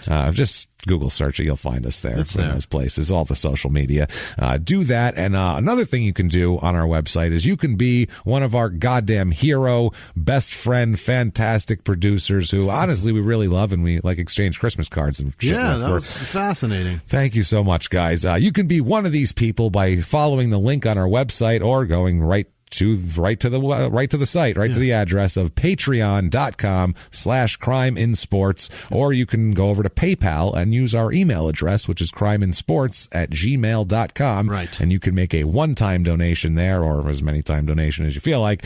But you can do that there. And now we have to give you a long list of the people who have done this for us. Jimmie, deliver this list to me like you're a meth falcon and I've just said the N-word. Throw down on me now. Please, Jimmie. Who do we got? Executive producers this week are Chrissy Ann Castaldi, of course, Jared Waters, Katie Heisel. Thank you so much for everything, Katie. Yeah. Michael Coziella, Stephen Rude, Kelly Avery, Emmy Dumont, who's going through some shit. I'm really sorry, Emmy. She lost someone close to her. Oh, no. I'm not going to give too much. We're sorry about that. Thank you, Emmy, for everything you Hopefully do for us. Hopefully they weren't duct taped to a chair. I hope you feel better about it. Yeah, definitely. Elizabeth Virac, April Murillo, Ellie Kamek. I think that's the Ellie that was in Texas. That sounds in Houston, remember? Yeah, that sounds as bad as this whole thing's a blur. I actually do remember that. And Susie Platt. Thank you all so much. Thank you, guys. Couldn't do anything without you guys. Thank you. Our other donations this week are Ben Cartledge, Jen Stevens, Amanda Burke, Thomas Smith, Martina Kunkel, Colby Moore, Brendan Abels, Tracy Jacobs, Iana Nelson, Bill Szynski, Lauren Demarath, Alex Hooper, Kelly Thirst Cappy, I think it's Capey. No. It's Thirsk. I know that. All right. Well, thank you, Kelly. Half of it, right? Justin Miller, Robin Albany, Jordan Bennett, Elizabeth Britton, Sarah Nicoletto, John Valcanar the third. There are 3 of those fellas in this world. Not bad. Annette Fries, times 2. She donated both Thank ways. you Thank so you, much. Annette. Appreciate that. Alexis Seeger, like Bob. Thank you, Alexis. Megan Thank you Crowley. for your night moves. Sorry, Megan Crowley. Didn't mean to step on your name. Megan Crowley, Mandy Peterson, Amanda Paravito. Paravito. Hey. Paisan. Hey, right? Paisan. Paravito? Probably. Probably. Yeah, I'm gonna Could be say so. Spanish. Who knows? Yeah, it's possible. We share a lot of similarities. Jesse Hartman, Andrew Bassinet, Michael Lakin, Laura Yarnell, Kay Overbay, Adrian Thomas. She's fantastic. That's the girl up in San Francisco. Oh, right? yeah. I think so. Yeah. Yep. Laura, I said Laura. Ellen Farney, Amy Pajak. Paysack? Amy Paycheck. I think it's Payjack. Kevin Stamper, Wyvern Workshop. James Gilmore, Thomas Smith, Lacey Soniga. Yes. Heather D. Senesi.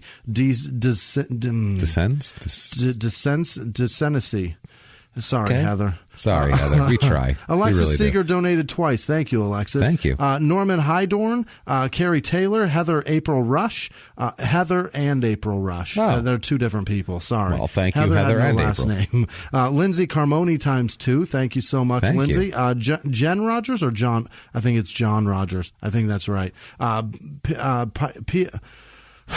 Piatella's OK Welding. That's the people that are just okay at it. Hey, remember them? We're all right. I remember them. Hey, don't fucking break. We'll figure it out. We're all right. Don't worry about it. We'll fix that weld on your ball sack. Yeah. How's that weld doing? It's okay. All right. Don't worry about it.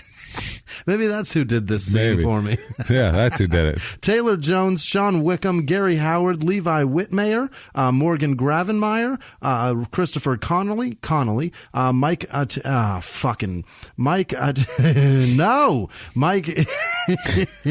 Italag, Italag, Mike, thank you. Thank you. Jonas Schmitz, James Aselta, Janice Hill, Matt Dietrich, Tara Jenkins, and Greg Stevens. You guys are fantastic. Thank you all for what you do for us. Honestly, guys, we can't do it without you, and fuck, man, we really appreciate it. And a lot of you guys too, like, gave us nice amounts, I guess, for Christmas and the holiday. Gave us like a Christmas bonus or a tip, and we just can't thank you guys enough just for thinking about us to say, hey, you know what, those guys entertain me, and I'm going to throw a few bucks at them.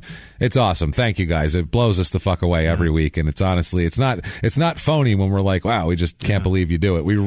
We just can't believe it. So somebody added up you to guys. the amount of hours that we've done, and it's over 1,000. It's a shitload of hours. That's amazing. Yeah, we're getting toward the 10,000 mark here. Crazy. So eventually we'll be good at this. Yeah. But until then, we'll keep coming back. And how can people find you to tell you that you're not good at it yet, Jimmie? How can they get a hold of you? You can find me at Whisman Sucks, WHISMAN Sucks on Twitter, Instagram, and Snapchat. And this year was amazing, filled with dog pictures and all kinds of pets. Keep that going next year. Thank you guys so much. I really appreciate it. Where can they find you, James? You can find me at Jimmie P is Funny, or just copy and paste my last name from the show description, because you will hurt yourself if you try to spell it. And I'm not normally too mushy or whatever, but I have to send a sincere thank you to all you guys for fucking changing our lives. Truly. For the immensely better. We can't thank you enough. Literally, we went from just, struggling comics that are just trying to break through and find an audience and find whatever, to like actually having something that's real that we can hang our hats on. It's fun. And it's great. And it's all because of you guys. And thank you guys for that, honestly, from the bottom of our fucking black shriveled hearts. We really, really appreciate you and everything you do for us. The raisins in our chest. Yeah, that's it. Find us all there, and keep coming back. Like we said, next week is the 100th episode, episode 100 on a new episode, so on a new network. So come check us out there. And until next week, it's been our pleasure. Bye.